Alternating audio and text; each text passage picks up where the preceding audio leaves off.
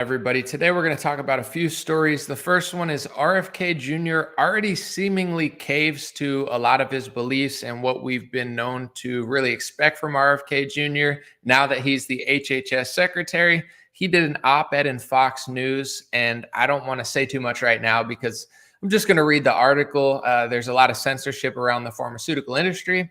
And I can't help but think that it's really weird now that RFK Jr. once got deplatformed for questioning the government and pharmaceutical industry.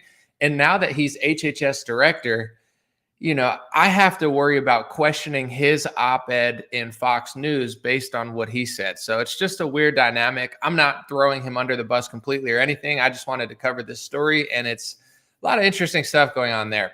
Second thing I want to talk about is Trump gave $4 billion to Israel through Marco Rubio, or at least Marco Rubio announced it after his little Zelensky bit where everyone's like, wow, so base. We're not giving money to foreign nations anymore.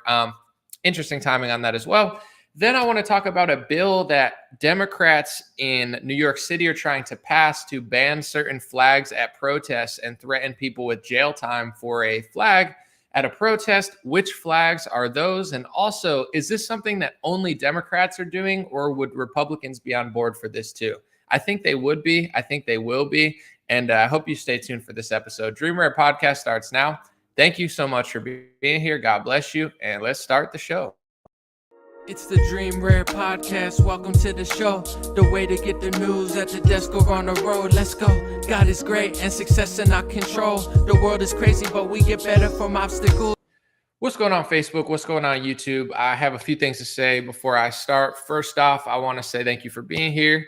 Second off, I want to say thanks to everybody who watched my Epstein piece. It took me a long time to film and edit, so if you like that, check that out. I said why I don't think we're ever going to get the Epstein files for real. And that video did really well on Facebook and YouTube. So thank you guys for the positive motivation. I'll keep doing deep diving reports like that if the response is good. And then also I wanted to say I'm probably within a week or two, probably almost a week now, of having a different setup. So I'm excited to show you guys my new quality and my new style. So that's coming up. Thank you for being patient. And I'm going to start on this topic. Like, this is roughly related with the RFK stuff. I don't watch that much television, but I do like to watch sports. I like to watch UFC, and I like all sports. I'm not going to lie. So I'm watching sports and UFC and stuff like that this weekend. And I just keep seeing this commercial where they have the 7 dwarves from Snow White selling pharmaceutical pills. They're like, hi ho, let's take some pills and go. I'm like, you've got to be kidding me. Like, they got children's movie characters selling pharmaceutical pills. I think it's an Allegra commercial because I've seen it 20 times now, but it's like, are you serious? We can't just sell pharmaceuticals. So I'm watching sports all weekend thinking, where is RFK Jr.? He's got to hurry up, because not only are they just pharma commercial, but now they have children's characters selling adult pharmaceuticals. I mean, this country is so degenerate and evil at this point. I love America. I'm not trying to say everything about it is, but it's like, really? You couldn't get a different spokesman for pharmaceutical pills? You had to get the 7 doors? Like, oh, I'm taking pills. It's like, oh my gosh, dude. Okay. It's just so hard to watch the mainstream television. The commercials make you feel horrible. And I'm not going to get into all of this, but I believe in powerful mindset. I believe that your mind can affect your body. I'm not saying you could just do anything you want, but the impact of just having to sit and watch television where all the commercials just make you feel horrible. They make you feel sick. They make you like double think what you're doing. It's just disgusting. So one of the many things I was hoping RFK would do is to, join the rest of the world and not allow them to advertise so many pharmaceuticals, especially ones that you need a doctor to prescribe. That shouldn't be on the television. So anyway, let's get into the first story. Here's the article he wrote, and I'm just going to read 2 parts of it, and then I'm going to talk about it. I have to be really careful now because this is the number one thing I think that they censor over. Maybe not the number one, but it's pretty damn close when it comes to social media. Talking about vaccines or pharmaceuticals, it's like, unless you're just sitting there saying, everything is great. It's the greatest invention of all time. Medicine has never made a mistake. Pfizer's my best friend. Like, if you're not saying all that stuff, you're at risk of losing a lot on social media. Maybe it's changed, maybe it hasn't, but let's get into the article and be as delicate as we could possibly be around this very sensitive topic. So I saw March 2nd, which is yesterday on a Sunday, slow news day. RFK puts out an op-ed in the Fox News, and it says, Robert F. Kennedy Jr., measles outbreak is a call to action for all of us. MMR vaccine is crucial to avoiding potentially deadly disease. And it says it's written by RFK Jr. So I'm not going to read the whole article because there's a lot in there, but there's one part that seemed very uncharacteristic to RFK Jr. himself. And that's this part right here. I'm just going to wait till it comes up. It says, vaccines not only protect individual children from measles, but also contribute to community immunity, protecting those who are unable to be vaccinated due to medical reasons. If I didn't know better, I would think that Anthony Fauci wrote this, or maybe Dr. Birx, or perhaps, Peter Hotez. But no, this is straight from an RFK Jr. op-ed saying, you got to get them to protect the children, but also those who can't get the vaccine.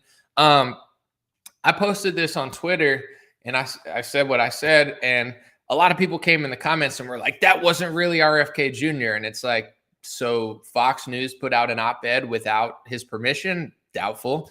Some people are like, I don't think RFK Jr. wrote it. Probably. I mean, I hear what you're saying because it doesn't sound like he would write that, or even I'm not even sure if he believes it. Maybe he does. I know he's been very into vaccine safety, but he always says that he does believe in vaccines, but he says safe vaccines, and then he goes on to say what he thinks about the safety of vaccines. However, let's just say he didn't write it, but he put his name on an op-ed that he didn't write. Now he's just a puppet. Now he's just a meat vehicle for them to, to post selfies. He's like, I'm climbing on rocks. Look, I'm just like you. I'm in Coachella Valley, everybody. I'm climbing. It's like, so did you write that op-ed while you were climbing the Coachella Valley, or did you have somebody just like puppet? Or are you just a puppet now? Are you just like a face for us to be like, oh yeah, we got our guy in there, but then he's not doing anything? I would say this because I see it from both sides. I don't expect RFK to do everything instantaneously. Personally, I don't think that he's going to be able to beat a whole system in like a week or 2 weeks. That's not what I'm expecting. I know a lot more people were probably being harder on him than I was. I was like, let's give him a year or two. Let's see what he does. Here's my thought, though. This is just my thought. And I know there's going to be, let me just try to cover all sides before I say my thoughts. Some people are going to be mad at this and be like, that's not RFK. That's not the RFK that I like. Others are going to say, I have no problem with that, because a lot of people, they like vaccines and they're like, RFK, he's allowed to promote some and criticize some, and that's his right. So there's going to be a mixed bag of reaction. I'm sure people watching this, there's people in both camps who like it, who don't like it, who don't care. I'm not trying to tell people what to think. Me personally, I don't expect everything from him, but what I wasn't expecting was a Fox News op-ed for him to be like, children need to get this, and it's going to protect the people who didn't get the medical product. And it's like, I'm not here. I don't know what I'm even able to do on YouTube, to be honest, because they're so in the bag with the pharmaceutical and vaccine industry. You're not allowed to say almost anything. I looked up how many kids have died in America in the last decade from measles, mumps, and rubella. I just looked it up on like Grok, and correct me if I'm wrong or let me know in the comments. This is just what AI told me based on its scan of the internet. It said that one child has died in America over the last decade from measles, mumps, and rubella. I think that's the MMR vaccine. If you read into it, it says that no kids are dying from those diseases because of the vaccine, and in other countries that are unvaccinated, kids are dying of the vaccine.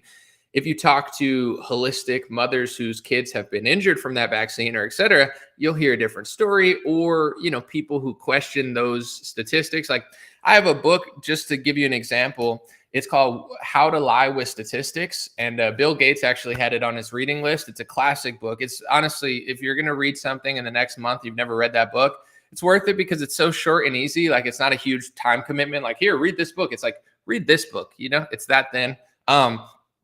It mentions the polio numbers in that book. I can't even say what that book says publicly because then they'll take my video down. I actually got my TikTok deleted. My whole TikTok, 100,000 people deleted because I did stuff like I held up Klaus Schwab's book, and it said COVID-19, the Great Reset. And I said, if you want to learn about COVID-19, the Great Reset, here's Klaus Schwab's book, COVID-19, the Great Reset. Like I just held the book up, and that video got taken down.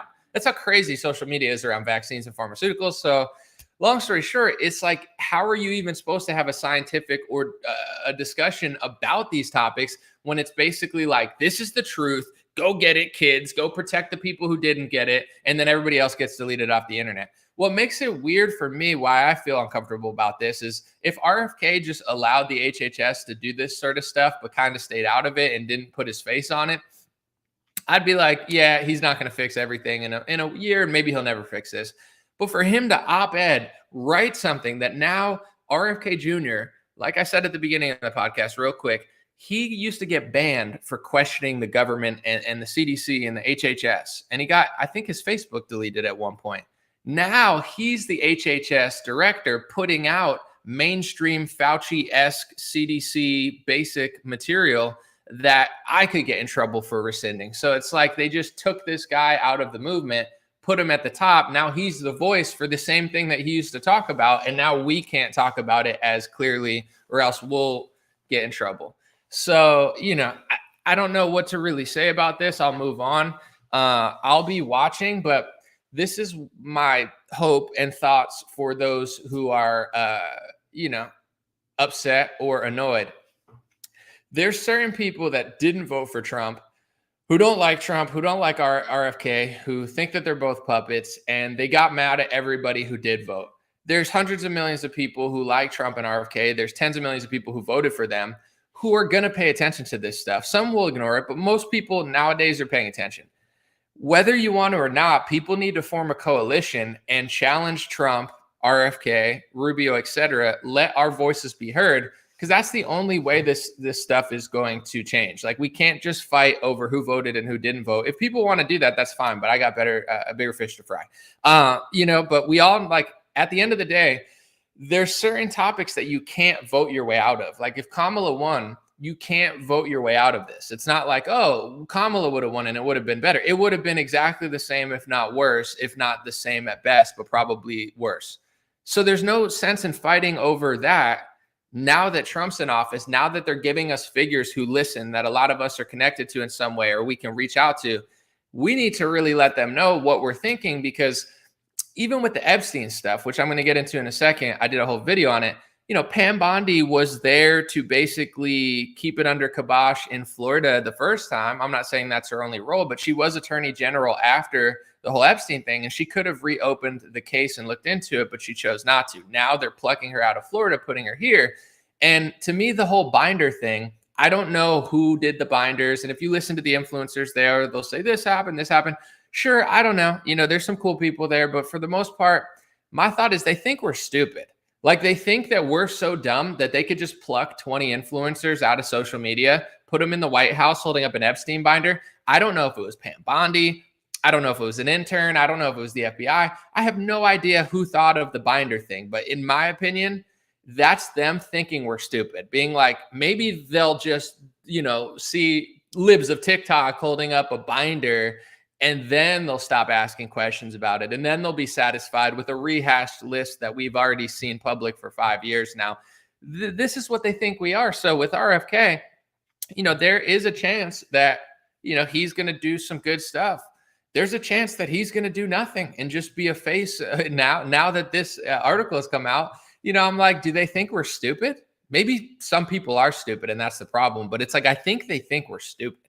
So we have to prove that we're not stupid. We need to come together, people who voted, people who didn't, people who like Trump, people who trust RFK, whatever, appreciate them, and just hold the line.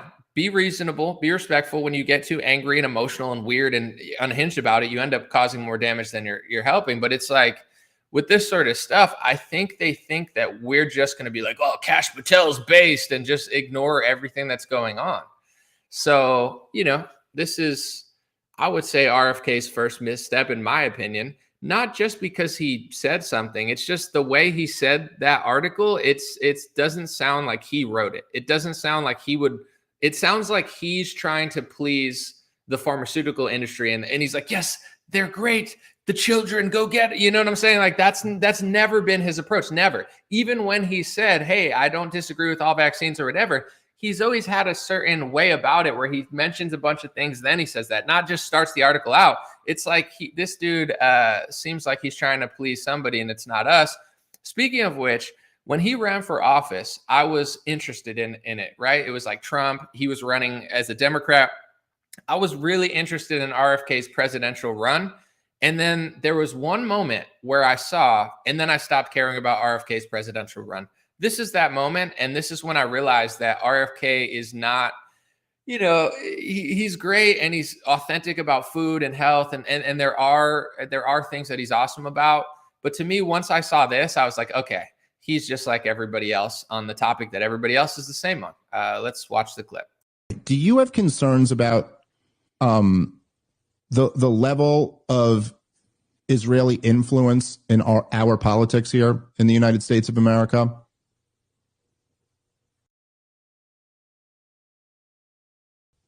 I don't know. I mean, I don't know. I'm not, I'm not a politician in political office, so I don't see much of that. That was the moment when I stopped caring about his presidential run. Everyone for months after that, they're like, what do you think about RFK? I was like, don't care about him. I'm glad he dropped out. I'm glad he became HHS. That's what I wanted him to do. I said he should just drop out and be HHS at this point. But, I was kind of pumped off his presidential administration. I was like, oh, okay, he's exactly the same. Like Dave Smith asked a very valid question about a really important topic that no politician wants to talk about. He paused for like 15 seconds and said, I don't know about that. I'm not a politician. So to me, that just shows me that, RFK Jr. is not Thomas Massey. He's not willing to go there. So I think he should just stick to the food stuff. But with that being said, and the drug stuff, if he's willing to write op-eds for the pharmaceutical industry, essentially, and just write op-eds for the establishment when it comes to the food and drug stuff, then it's like, who is this guy? I still respect RFK in many ways. I'm not going to throw the baby out with the bathwater, some would say. However, I do think these people need a little bit of pressure. Yes, they're getting pressure from the left. Yes, they're getting pressure from the establishment. And a lot of people would say, just give them time, give them time.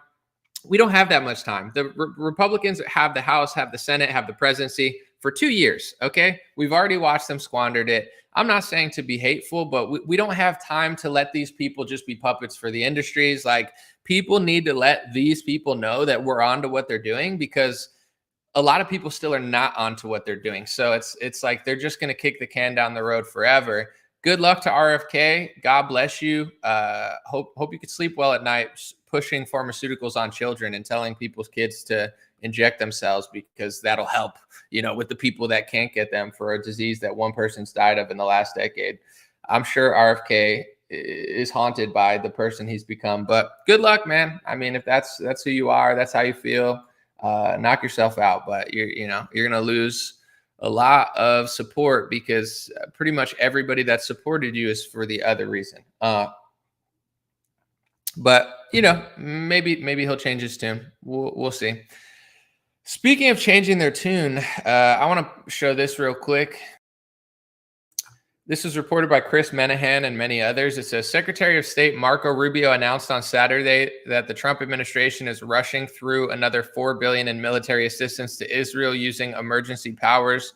The Trump admin has approved nearly $12 billion for Israel since taking office. So I just find the timing of this fascinating. This is a controversial subject, so I'm going to just try to stick to what's important here.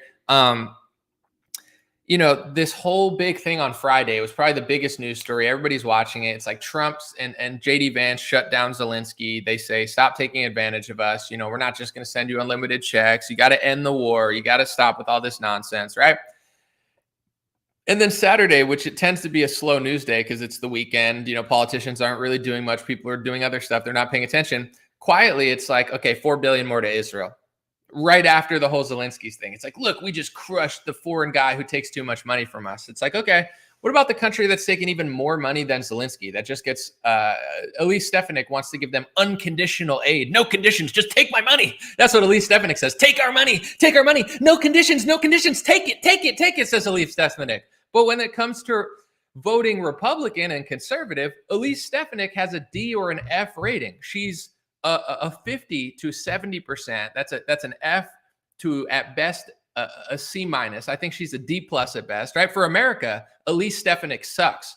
But for Israel, Elise Stefanik says, unconditional, no conditions, money, take it. And everybody's anti-Semitic. That's Republican politics. If you haven't noticed, that's American politics actually, because it happens on the left. So, that cash cow is not going to stop and never going to stop, because the spy that stole all America's secrets flew home a couple years ago on Trump's donors' jets. And in return, we get foreign speech laws. Now we can't suggest that someone has dual loyalty. Even though the foreign spy came out since he's back in Israel, he says that everyone of his ethnicity should have loyalty to that country. I think that was one of his articles. Let me look it up real quick. I got to see.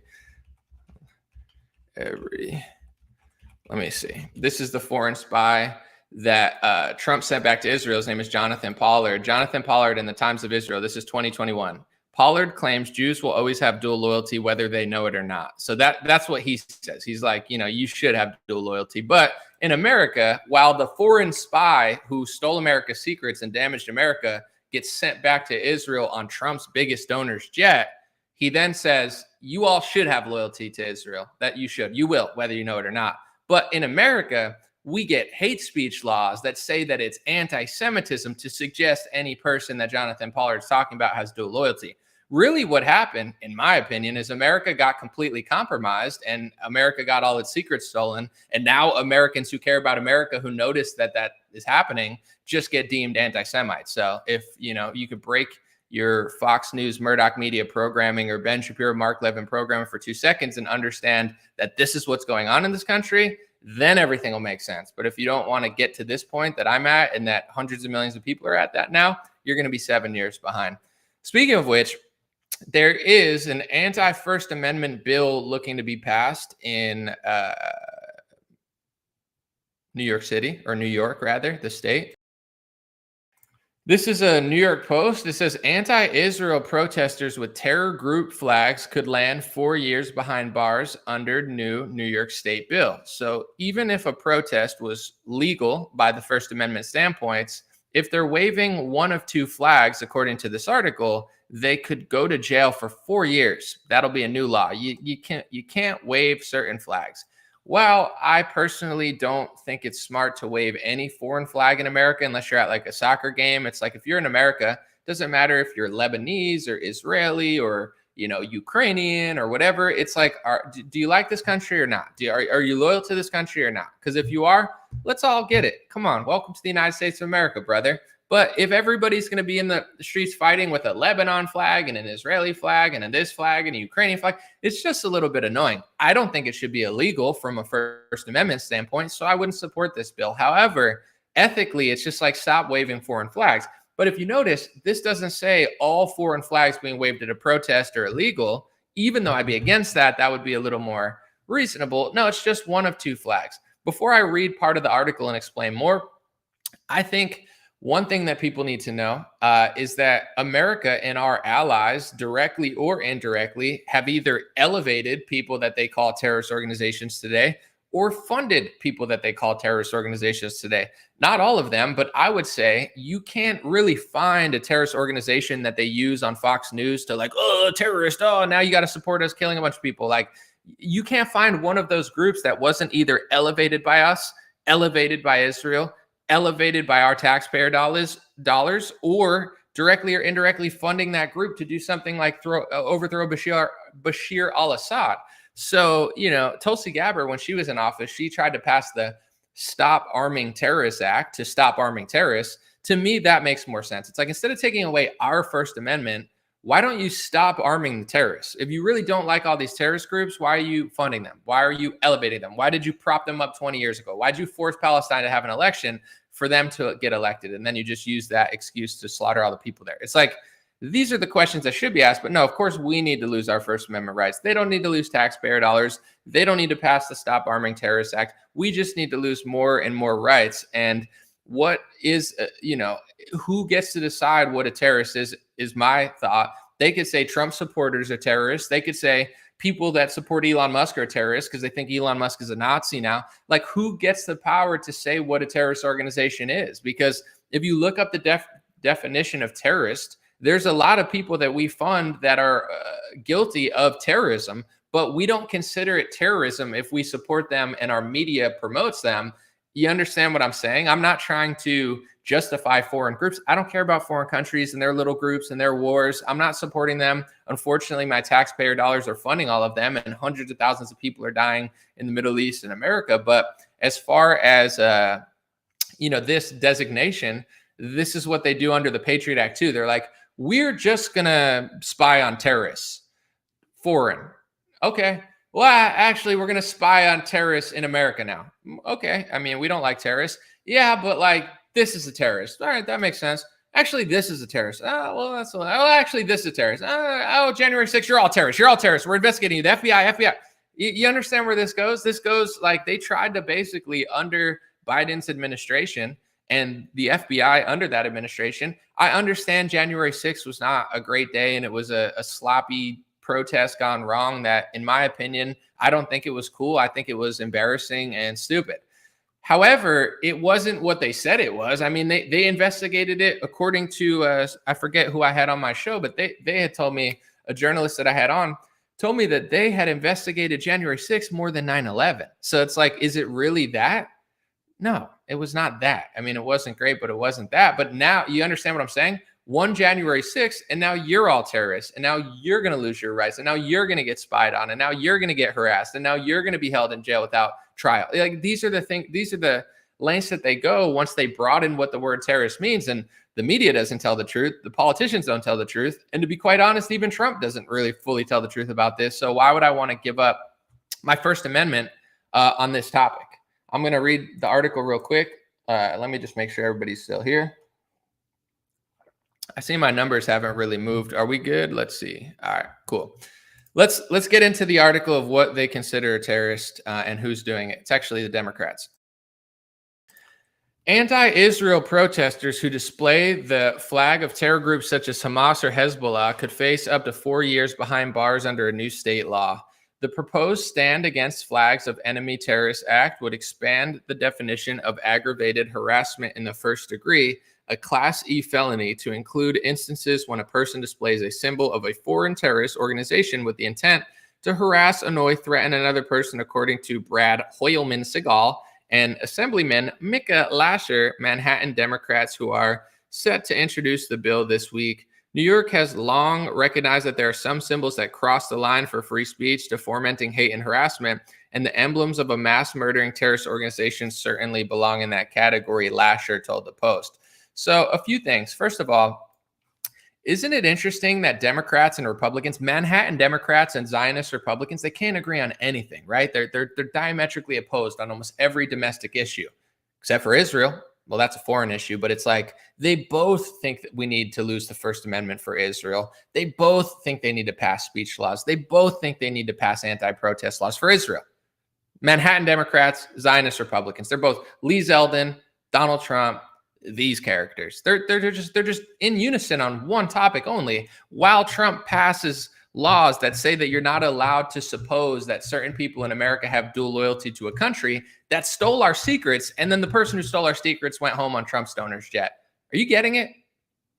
Could it be more obvious? I don't know. Speaking of which, do I care about Hamas or Hezbollah? Absolutely not. I'm not Palestinian. I'm not Lebanese. I know very little about Hezbollah and Hamas besides what I've learned on the news. These foreign organizations mean nothing to me. And if I had it my way, I don't think people need to be waving foreign flags and having foreign fights on American soil. So I don't really care about any foreign flag being waved at a protest. Do I support this bill because it's just this harmless bill? It's like, oh yeah, they're just going to not wave Hezbollah and Hamas flags because that makes total sense because those are the enemies of the terrorists. Let me repeat this again because this is a profound point.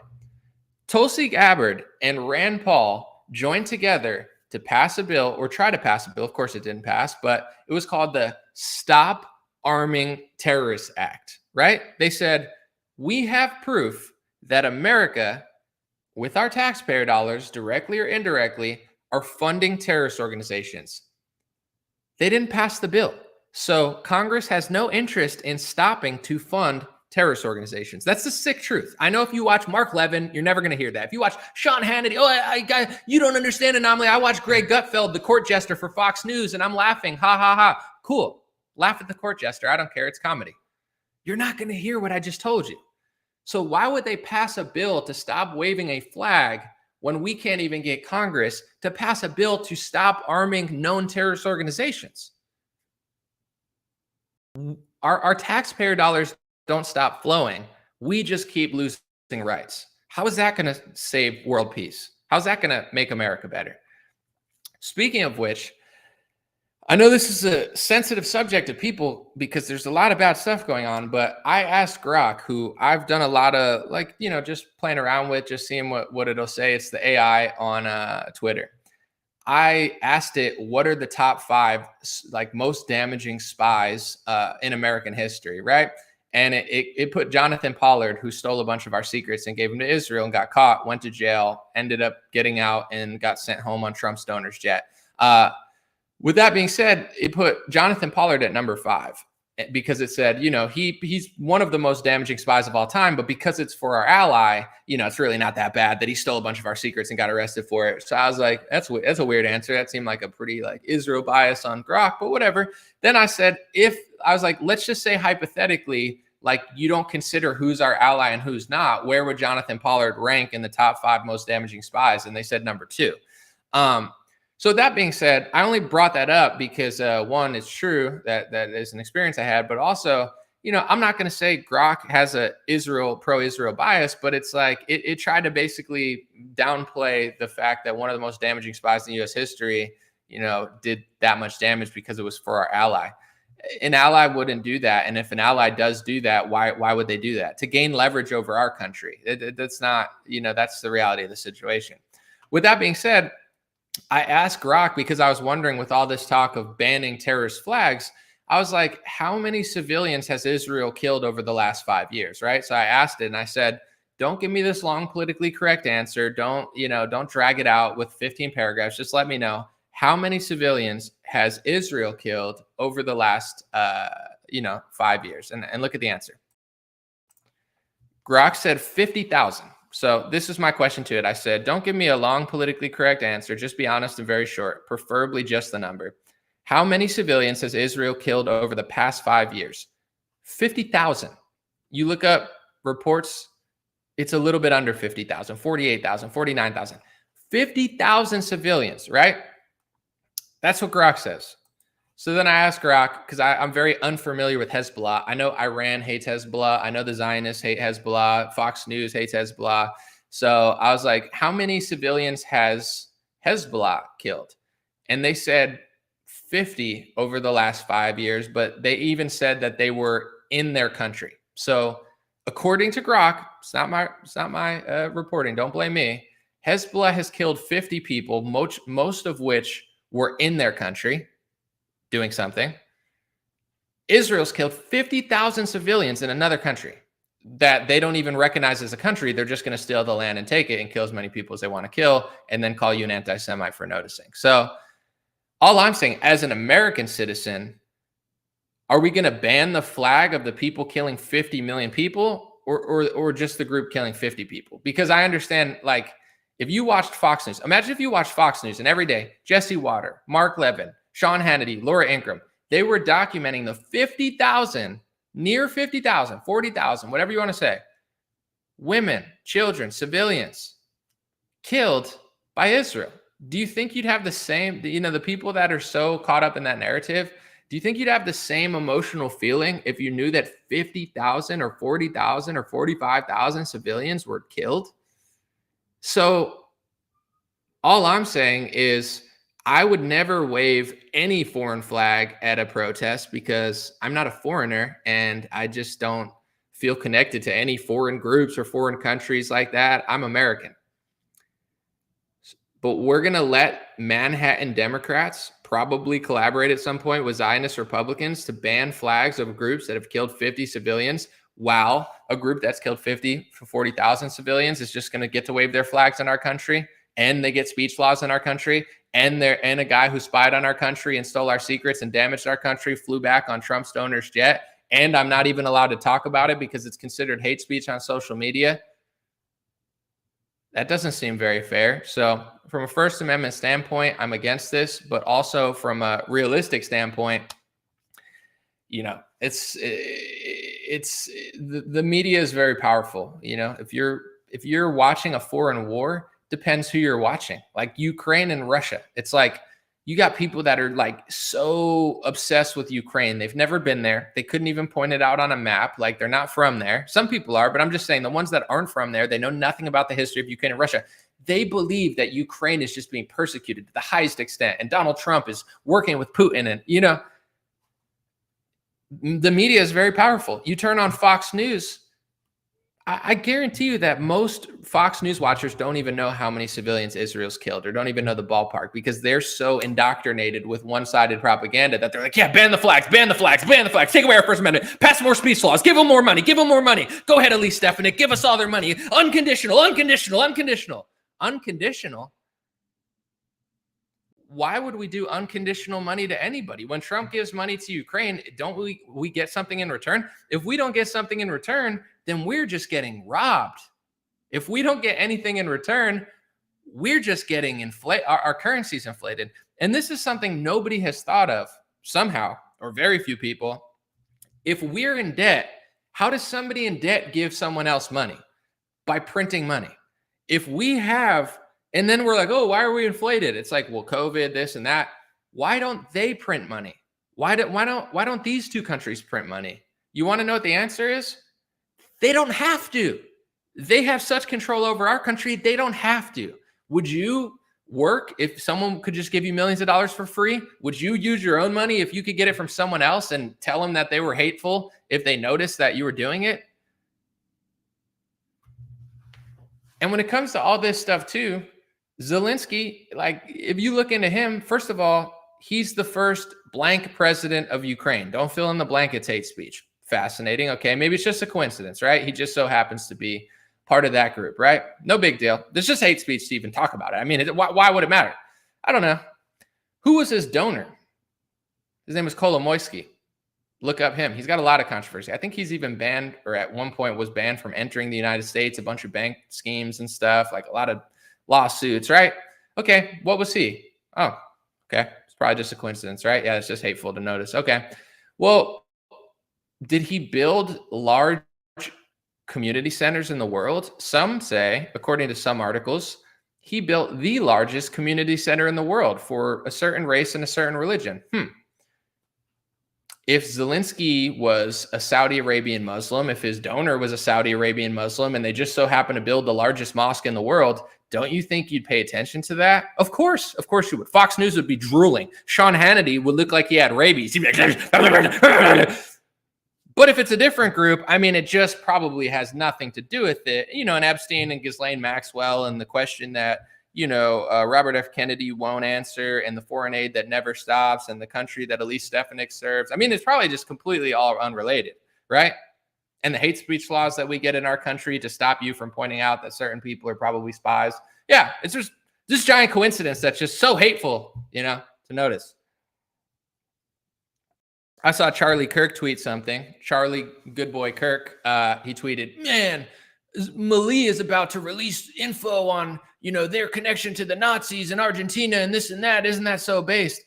Yeah, sure, Charlie. That would have been pretty based like 2 weeks ago. But since Pam Bondi and Kash Patel mysteriously haven't given us the Epstein files, kind of seems like a little bit of a sneaky cover up. You know what I'm saying? Like, let's look at this foreign countries. Cool. Who is Charlie Kirk subservient to? Who is Javier Mali? You know what I'm saying? It's like, look over here, folks. Forget about the Epstein Ghislaine Maxwell stuff because Charlie totally serves America. Kirk has some new info with Javier Mali. Javier Mali didn't even say what ethnicity he was until after he won. Started crying at the Wailing Wall, and I was like, that's weird. He didn't even tell people what he was until after he won. I don't care. I'm just saying I noticed that there was no record that I could find of him admitting what ethnicity he was or saying what ethnicity he was. And then after he won, he went on a speech somewhere. I was like, yeah, I'm this. Okay, cool. I don't care. But why are you why are you not telling people? Like, it's all a little weird, but yeah, no, for sure. Yeah. Let's listen to like Charlie Kirk and his little like escapades and stuff. That'll really show the deep state once we learn more about Argentina, right, folks? So we got a new binder. We got new binder bros for the White House. Let me know what you guys think in the comment section. I'm gonna hang out for like 10, 15 minutes, but someone said you cry too much. He's always been on Israel's side. You have no clue what side you're on. Sean, it's not about being on a side. I'm going to repeat this again. And if you can't process it, maybe your IQ is too low or you're too brainwashed. Either way, not worth slowing up the show for slow people. One of the most damaging spies in American history got sent back home on Trump's donor's jet, said that every person of his ethnicity has loyalty to that country, whether they know it or not. Yet in return, because Trump and the GOP take so much donor money, we're getting our First Amendment infringed on, and they're passing anti-protest and speech laws for a foreign country that make it and deem it by law hate speech, that you notice that certain people serve two countries at once. If you support that, either your IQ is incredibly low, I'm calling you dumb, you're brainwashed, also, see dumb 5 seconds ago, or you're sneaky, you're a liar. Figure out who you are, because it's not smart, it's not honorable, it's not America first. If you can't figure out what I'm saying, then you don't deserve a country. You deserve to get conquered. You deserve to get taken over. You don't deserve a First Amendment. You don't deserve anything. If you want to preserve this country, you have to figure out what I just said. And if you can't figure out why that's not okay, you're cooked. You're dumb. Unreal. Let me read a few more. Someone said, people still don't believe Trump is for sale. This is my thought. Everybody has their own. There's certain people that know Trump is sold out, or at least in some extent sold out. And all they want to do is harp at everybody all day and be like, how did you vote for him? How did you vote for him? We're not voting our way out of this. Kamala wins. Israel's doing whatever it wants. We're still getting speech laws. Like there is no voting your way out of this. You understand what I'm saying? So why would you just harp at people all day about voting for Trump? Out of the two, Trump has a lot of better qualities about him, but he also has some not good qualities. Like, it makes sense to vote for Trump. He's a more adult leader, and also there's more of a chance that the change comes through Trump, most likely, than the other side, because they're just tuning us out completely, and they're so backwards. So it's like, why nothing gets done, the people that know what's going on, they literally are just annoying, and they can't form any sort of coalition because they just spend their time breaking down on social media all day, freaking out at people.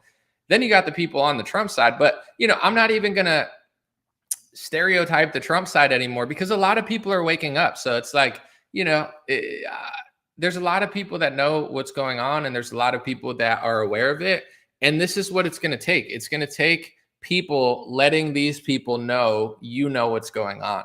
Trump's administration is the most accessible, transparent administration. I'm not saying this like I have an Epstein file. Like, Trump's is the most transparent administration. Like, I'm not saying he's the greatest of all time or whatever, but there's never been anything like this moment. Like, these people are not that distant. Like with Kamala, her administration might as well be the shadow people. It's like, you can't talk to them. They're not going to be at events you're at. Like, there's no chance. You know what I'm saying? These people don't care about you. They're not even going to pretend to even have to. They don't have to. They don't have to even pretend to serve you. With Trump, they have to pretend. They need people to believe them. So it's like, we're in a spot now. We have 2 to 4 years to be grateful for some of the good things that Trump's doing, but also call out the stuff that he's not and never going to do. It's the only way that we're going to win. So, this is like, whether people realize it or not, despite everything I've just said, this is still a great moment. This is still the best option. It's just, will people be able to balance these two things and let their voice be heard, or are people going to spend their time, at the bottom, just dragging each other down like crabs in a bucket? And most people do the crabs in the bucket method, which is why these people always win. Sometimes people know what's going on, and they're just like angry all the time and freaking out. And it's like, what are you trying to do? Get 5,000 views on Twitter? Or are you trying to like actually wake people up? Are you just, so that's my thought. I definitely think that there's an opportunity.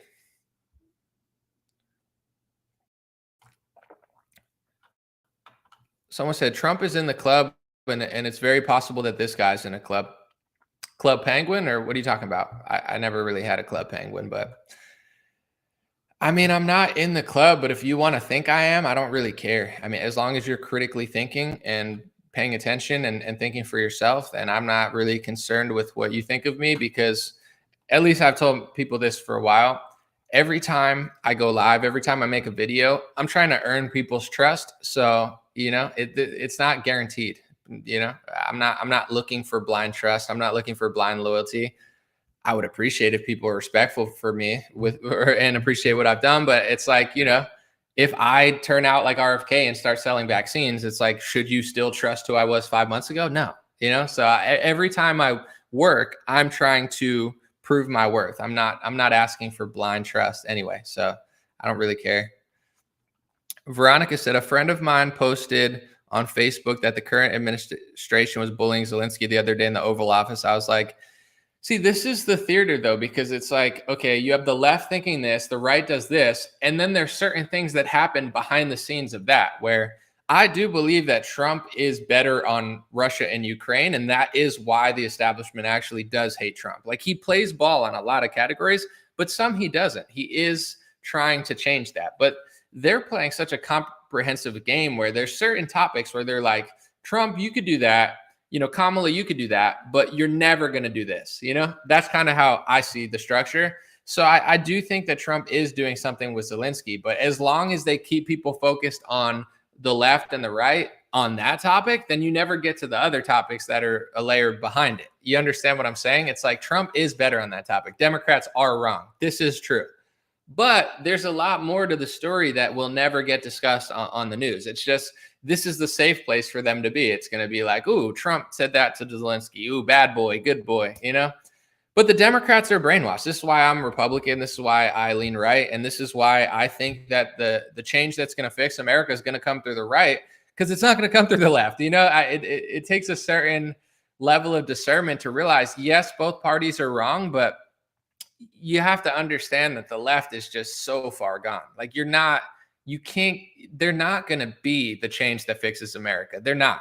It's going to come through the right. Whether people want to admit it or not, whether they like Trump or not, I don't care. The fixing America is not going to come through the Democratic Party, at least not for the next 20 years. They're cooked for so long, it's not even funny. So I just tune them out. If I spent all my time arguing with the left, I would be dumb because they're dumb, and I'd spend my time in a dumb argument. You see what I'm saying? Even with the Republicans, like, there's a lot of content to be produced and money to be made from clicks and whatever. But when I go live, what actually interests me is these type of discussions, because it actually matters. It's actually a layer deeper. It's like there's a game being played on the surface for basic Democrats and Republicans, but at this point, Republicans are just closer than Democrats are. Democrats, even the topics that they're right about, they don't even know why they're right, and they're so wrong about everything else. They're never going to put it together. So, Ronald Reagan said that it would come from the left. Well, Ronald Reagan also screwed this country over by giving pharmaceutical lobbyists, more power and flooding, California with more immigrants. So I don't really care what Ronald Reagan said. He was an actor. He was a likable guy. He was, popular and charming, but the actors usually are. That's their job. I don't care what Ronald Reagan said. He said that the truth is going to come through the left. I don't know that he even said that, but if he did, I disagree. It was a bad prediction from him. Just like it was giving everyone amnesty in California, because now California will never be red again.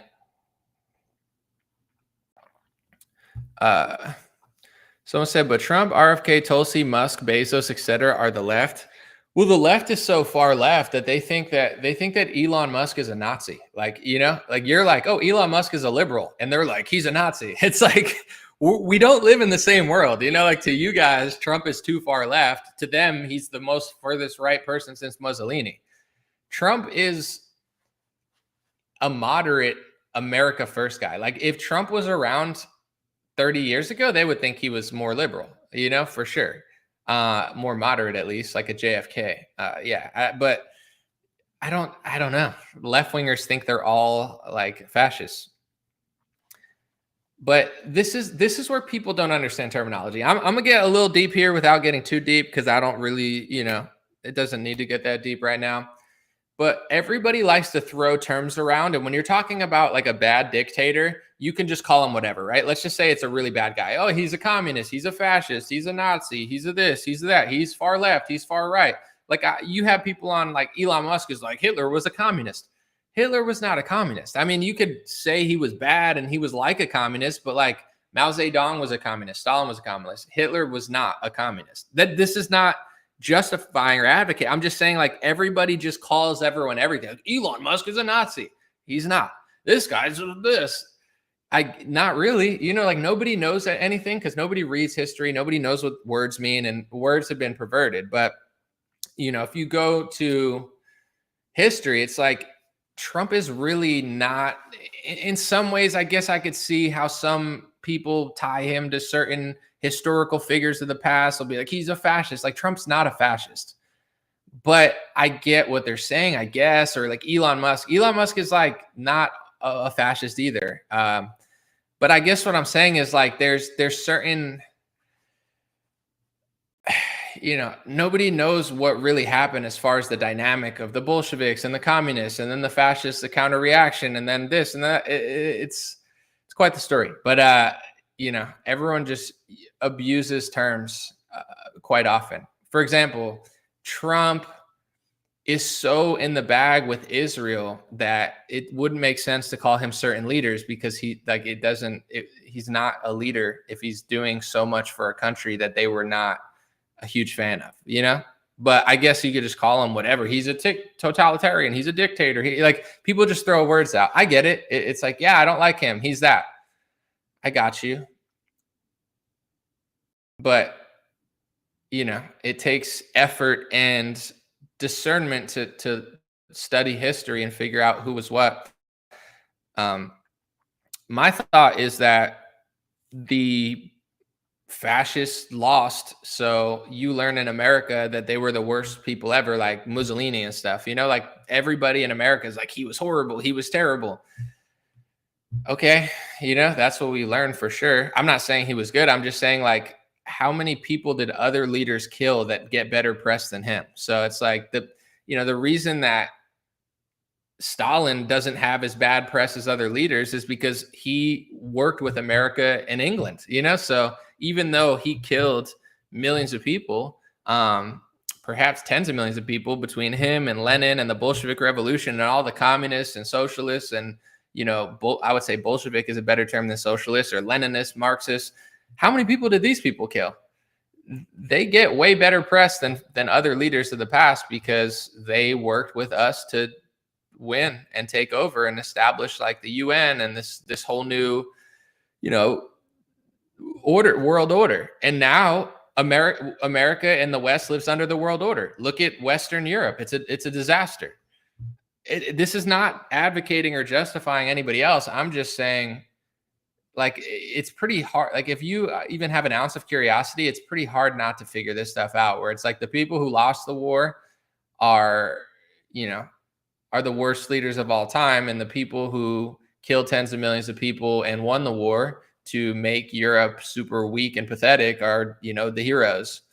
Okay, sure. I guess I have to believe that or something, or else I'll get called names. But it has nothing to do with supporting groups and organizations and political philosophies that I have no interest in supporting. It's just, I'm an honest person and I read and I research, and it's like, yeah, I get it. Like, Mao Zedong, why aren't there 50 movies about Mao Zedong killing tens of millions of people? Well, people who hate Mao Zedong don't control Hollywood. If people who hated Mao Zedong controlled Hollywood and controlled our media and controlled our banks, then every movie would be about how bad Mao Zedong is. But that's not the world we live in. So I don't know. Did I talk about leaving the UN yet? I mentioned it in my last video.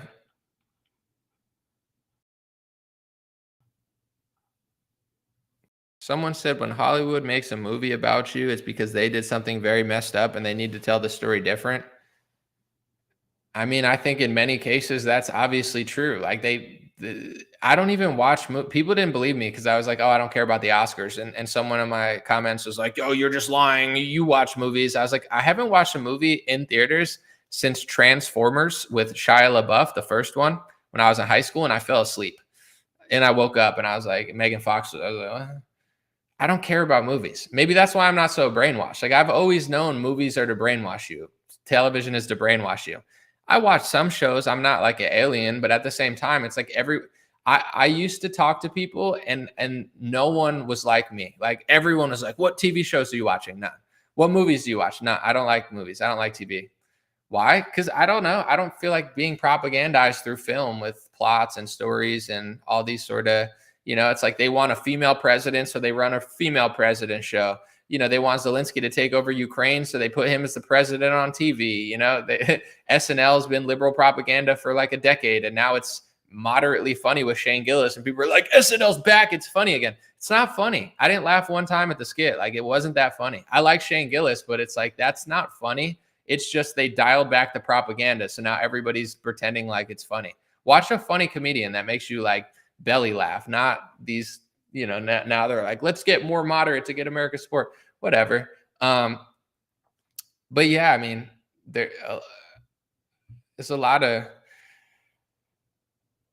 stuff going on, a lot of trickery. Someone said Benny Johnson hides pictures of Trump under his mattress. He wakes up in the morning, gives a little, nah, I don't know. I've never met Benny, but to be honest, I've never even heard him speak. I just like watch his posts sometimes. But someone said there's a lot of propaganda in movies, TV, and media. 100%. Everything. I mean, schools, if you look at young women from the ages of like 18 to 30, they're mostly Democrat. They didn't wake up Democrat. It's just like they're put into a certain structure of movie and music and a thought process where it seems to work on them better than it does men. It's not to say that no men are brainwashed. It's just like whatever the industries are doing seems to work better on women. And it definitely works better on younger people than older people. Because like once you turn 27, you pay for healthcare, you pay for insurance, the government's robbing you, you don't have that much money. Like you start to realize, oh, Bernie Sanders is lying. Like that happened to me. I turned 26 around the time Trump got in office. It was like the perfect timing. I'm grateful that everything happened at once because it's like not only was Trump keeping it more real, but then I think it was the year that I had to pay for my own health insurance. And then I had to pay the state of California a couple $100s a month and I had no money. So I was like, I thought Bernie said like, I thought it was the billionaires having to pay all that. And I don't, like it wasn't adding up. It's like even now, Bernie's like, oh, this is for the millionaires and billionaires. Bro, read a freaking tax bracket. Like this is not for the millionaires and billionaires. This is so anyone who makes over 200K gets 30-something% taken from them. That doesn't even, you could have nothing in the savings account, be in debt and still have to pay, $30,000 in taxes to the government so they could drop bombs in a foreign country and then tell you that they're the good guys. It's really dark. Someone said I tried watching Karate Kid Cobra Kai, but had to stop season 1 because there were so many sexual innuendos. I see Bryson Gray talk about that on Twitter. I mean, other people do too, but I just see that in my feed where he says, take the sex scenes out of movies. That's another thing. It's like they're over sexualizing everything. So people that don't want to watch pornography, it's like their guilty pleasure. They're like, let's watch Game of Thrones. And it's like, and they're like, oh man. It's like they're showing you porn without you watching porn. It's like, why do you need to watch like 2 like dungeon dragons having sex with a princess, like for Game of Thrones? What does that have to do with the plot? It's just I've never watched Game of Thrones, so I don't even know if that's true, but you get what I'm saying? It's like, everything's over-sexualized. Everything's degenerate. Everything is pushing a certain racial narrative, pushing a certain victim narrative, pushing a certain worldview. And then that worldview will eventually be used against you and it'll turn your women against you. And it sounds like I'm crazy if you don't know all this stuff. If you know this stuff, you're like, oh, that's true. But if you don't, it's like, oh, you're just exaggerating. You're just paranoid. I'm not paranoid. I don't care. I'm just saying it's like I'm very sensitive to everything I do. And I'm not perfect. I'm just saying, like, I can't do these pharmaceutical commercials. I can't do these degenerate weirdo shows. Like, I have nothing. No interest in it. So what do I think of Benny Johnson? He was a big supporter of all these cabinet picks. I mean, Benny is somebody that I would never like. He'll put out some interesting stuff. He'll do some interesting interviews. He'll copy and paste some other people's stuff and just, post it. I would never go to him for like intellectual insight or any sort of like deep diving thing. Like, to me, without being disrespectful, because I've never even met him, he's just a very basic Republican that, is doing very well in the ecosphere of Republican business. So he is who he is, but like, I could list 100 people I'd rather listen to than him. Like, I'm trying to think of a good equivalent, but there's going to be some things that he says, but I know too much to ever like be like, let me tune into Benny Johnson and see what he says. Like, why would I do that? It's not to say he'll never say anything true. It's just, he seems exactly like Charlie Kirk to me. Like, Charlie Kirk is, very honest about some things, and then some things he bends the knee because he has to, because of who he is and what position he's in. So it's like, I already know, the Benny Johnson character. I know the Charlie Kirk character. I know, like, I'll promote both of them when they say something real, and I try to, positively, give them nudges or just elevate good content. I don't care who makes it, but I don't trust either of them. And someone said Benny's a poor man's Tucker. Bro, he's not even close to a poor man's Tucker. Benny's a poor man's Tucker. Like, if there was a poor man Tucker, he would be 5 poor men down the line of that. Like, he's nowhere near Tucker Carlson. You could say like Russell Brand is a poor man's Tucker Carlson. That's not even true, but it's like Benny Johnson's not even in the same ballpark. Like, if Tucker Carlson were in a ballpark, Benny Johnson would be outside selling hot dogs. Like, now I'm being a dick, but at the same time, it's just true. Like, he's nowhere. There's nothing there for me. Someone said Kirk cried when Trump won. Seemed too much for me. He cried what? Tears of joy? I mean, I guess he was really happy. I don't know. I didn't see it. It's better than crying over January 6th like this guy. And I saw the disgrace that unfolded at the footsteps of the Capitol on January 6th. I cried. I was in tears when I watched on television that day. I'd rather Charlie cry over Trump winning than Vivek Ramaswamy cry over January 6th. Jimmy Neutron running for office in Ohio. Good luck. Someone said, give me 100 lists. Dude, I don't know what you're talking about. You're like spurging out in the comments.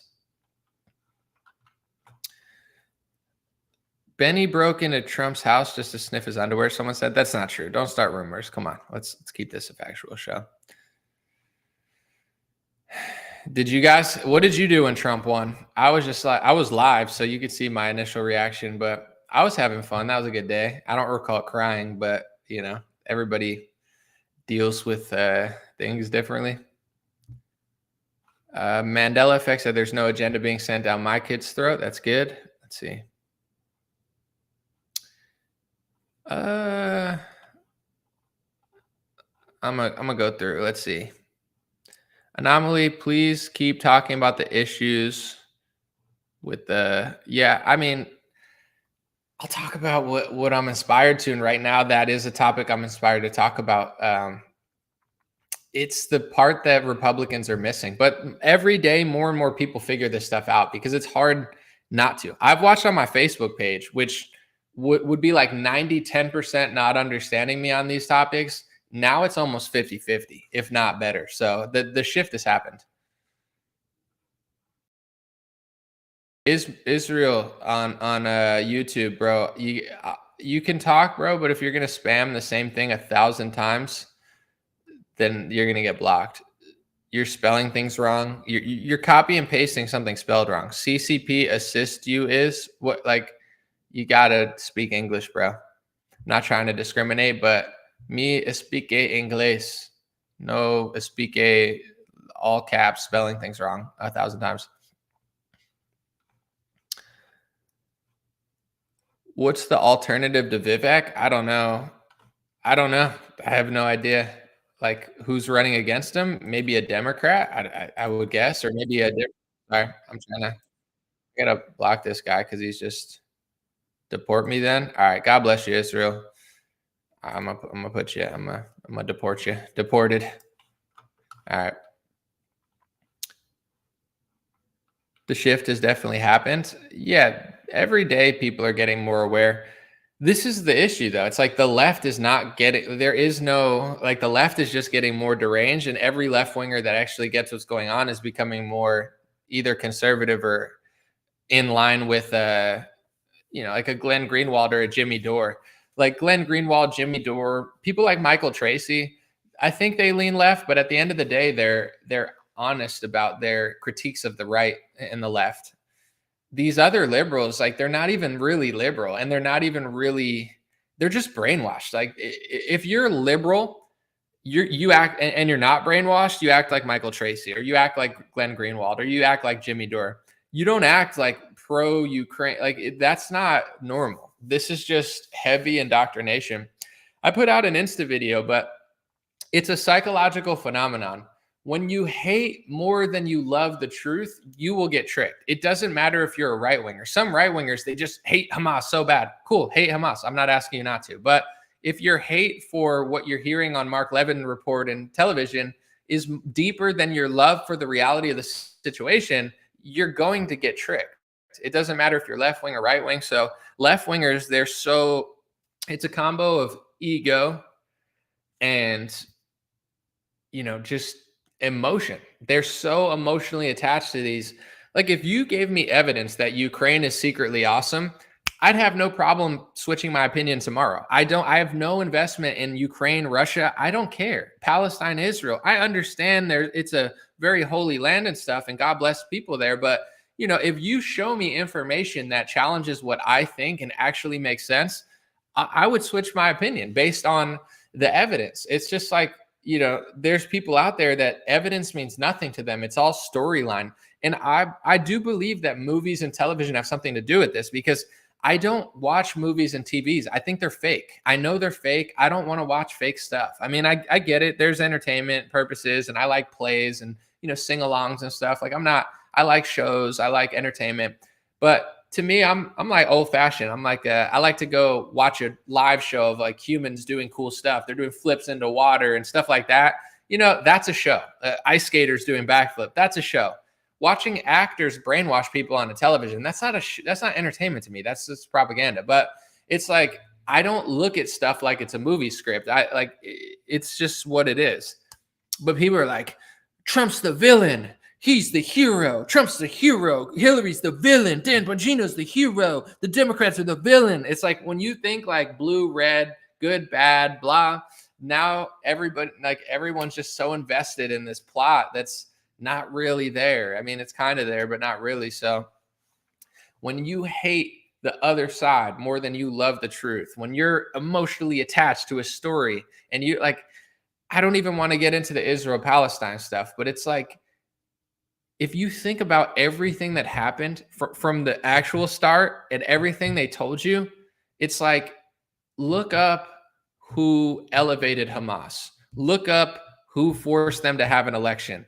Look up how long ago that election was. Look up how many people voted for them and how many didn't.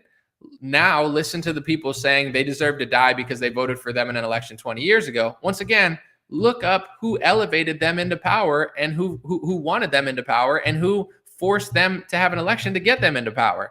And then, it's like, I don't want to weigh in on this too much because I don't want to get in too much trouble, but it's like, you're stopping hundreds and thousands of missiles with the most intelligent military of all time. One of the best militaries ever. But then you just get bamboozled by paragliders, and paragliders get through. And then Haaretz reports on the Hannibal Directive, and then you sanction your own media company because they reported on the Hannibal Directive. Like, do Republicans not know any of these parts of the story? Like, they've never thought about this. They've never, that's not playing into the equation. And because of all that, now 50,000 innocent people have to die. Like, dude, the media is turning Republicans into some real demonic sickos over this stuff. Like, they're so brainwashed on this topic that they're just as bad as Democrats with Ukraine. Not because they support a country, but because they have no logical reasoning. Like, it's all just basically like, oh, kill him. It's like, dude, you guys are getting really evil. Like, you know, the amount of people that are justifying the slaughtering of civilians because of a story they heard on the news and a narrative that they don't even have the full amount. I agree that the day that they told you was bad was really bad. I completely agree. But if you don't even know what the Hannibal Directive is, and you don't even know that an Israeli media company got sanctioned and is basically being silenced or strong-armed because of it, then you're just like a Democrat who doesn't know that America was involved in Ukraine years before the invasion. You're just as dumb. When people hate the other side more than they love the truth, when people are emotionally attached to a story more than they're interested and curious about reality, you become easy to trick. Don't hate. Don't have hate in your heart. That's how people get tricked. They just hate too much. They're just like so attached to the story, so egotistical. So, you know, I would change my my opinion tomorrow if there's evidence. But everyone that opposes me, I've heard their talking points 50,000 times. I don't want to get too repetitive, but I haven't talked about it in a while. When I used to watch people that were justifying the killing of tens of thousands of civilians in Gaza, they said, well, they voted for this party. I mean, if they voted for the terrorists, they're in on it. And it's like, dude, look up when the last election was. Like I just said, it was over a decade ago, and they didn't even win by that much. And there's reports that a certain person from another country elevated that group and wanted them to win and forced an election. So it's like all the women and children deserve to die because of an election that happened 15, 20 years ago. That's your logic. That's evil. That's wrong. That's twisted. But this is like mainstream Republican programming. They're getting on the TV and they're like, well, they voted for these terrorists. Bro, America voted for, you know, Barack Obama and you know, Joe Biden allegedly in the same time frame. That doesn't justify people coming after us. Like, to me, that's I'm not trying to exaggerate, but that's bin Laden logic to an extent, where it's like, we can do this to civilians because their taxpayer dollars are funding this. And it's like, we can't vote our way out of certain things. So I think it's evil what he did. And a lot of innocent people and families were lost in the attacks. But now you have that same logic going on overseas where they're like, well, they voted for this. They deserve to go too. It's like, dude, and this is what they got Republicans thinking. I'm not a perfect person. I'm not a preacher. But we all need to get right with God, because if we're doing good, I believe we will be rewarded, you know, and nobody's perfect. America's not going to be perfect. You're not going to be perfect. I'm not going to be perfect. So I'm not seeking perfection, and I'm not trying to be a hypocrite or a preacher, but it's like, I believe our country gets cursed when we're doing evil things. And if we can't correct the evil things we're doing, we not only will get cursed, but it's not a shocker. So if people are really interested in getting to the core of that, then we could be the light of the world, or at least some sort of light to the world, not the light. I'm not trying to make my own philosophy, but it's like, if we're exporting evil, if we're funding people killing women and children, if we're funding wars, killing Europeans against each other, if we're exporting homosexuality to the whole world and just making all of Europe gayer, it's like, are we a Christian country? You know, and I'm not sitting here judging other people, but why are we funding like so much gay stuff all over the world? Like, that's what America does. It's like the liberal gay world order. It's like, oh, Europe, you should be gayer. Oh, Ukraine, you should be gayer. Oh, Russia, you're not gay enough. We should fight you. Oh, Palestine's not gay enough. Israel's gayer than Palestine. Why are you not gay? It's like, that's like America's foreign policy. It's like, let's spread homosexuality and liberalism and feminism all over the world.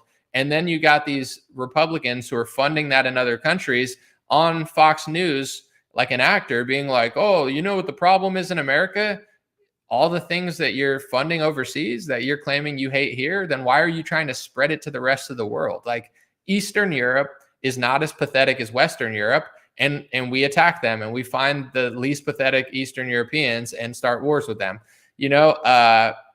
The Middle East is not, they don't believe in feminism. They don't believe in, in some cases, they're not drinking alcohol. They're not doing like all this sort of liberalism and gay stuff. And America's like, oh, why don't you be more like us? It's like, why can't we be the best version of ourselves?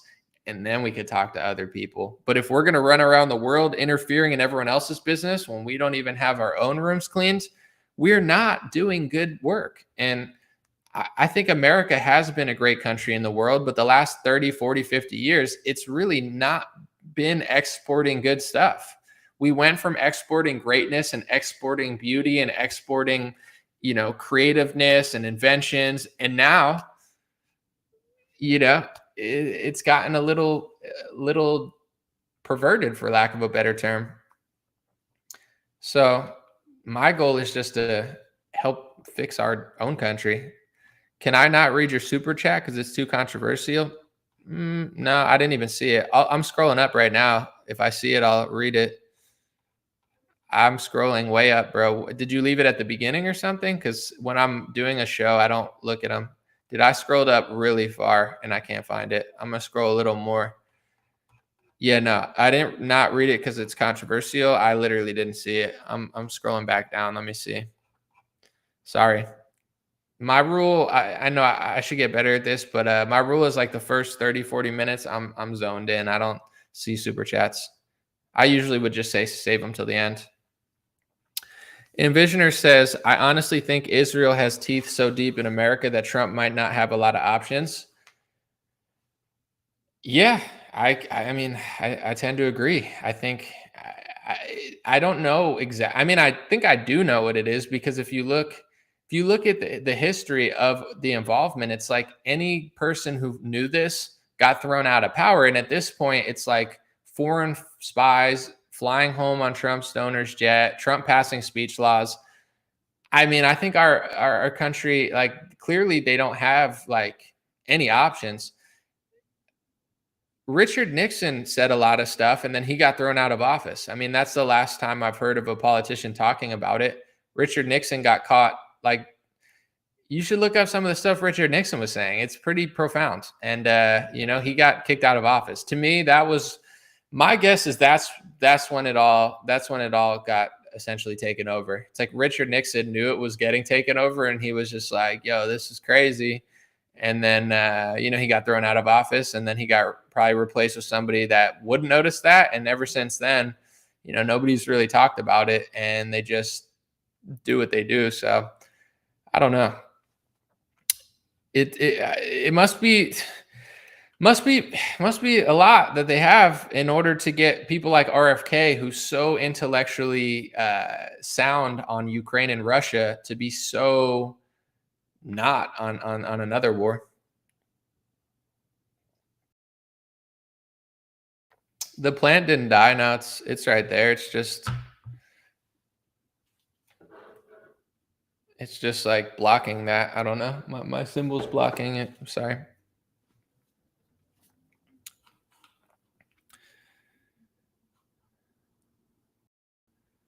Robert said, Israel is our greatest ally in the region. Ukraine is a bottomless hole. Zelensky doesn't want peace. He wants to get paid.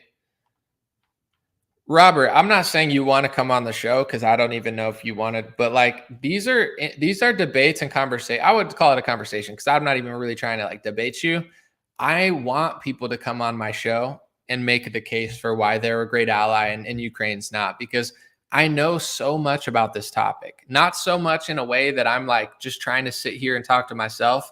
I would love somebody to come on the show that disagrees with me on this topic. Someone said it on Twitter, and I said, do you want to come on the show? I think if me and you talked for an hour, you would look dumb. And I'm not trying to be rude, but it's like, I know a lot about this topic. You know what you've been told about the topic. And if I brought up 4, 5, 6, 7 points, I think you would kind of sit there dumbfounded because you've never thought about these things. Like there's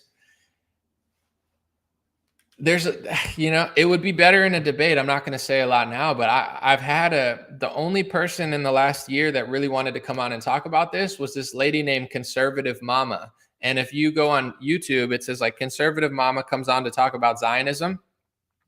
Go watch that debate because, I got to ask her a lot of questions and point out a lot of stuff.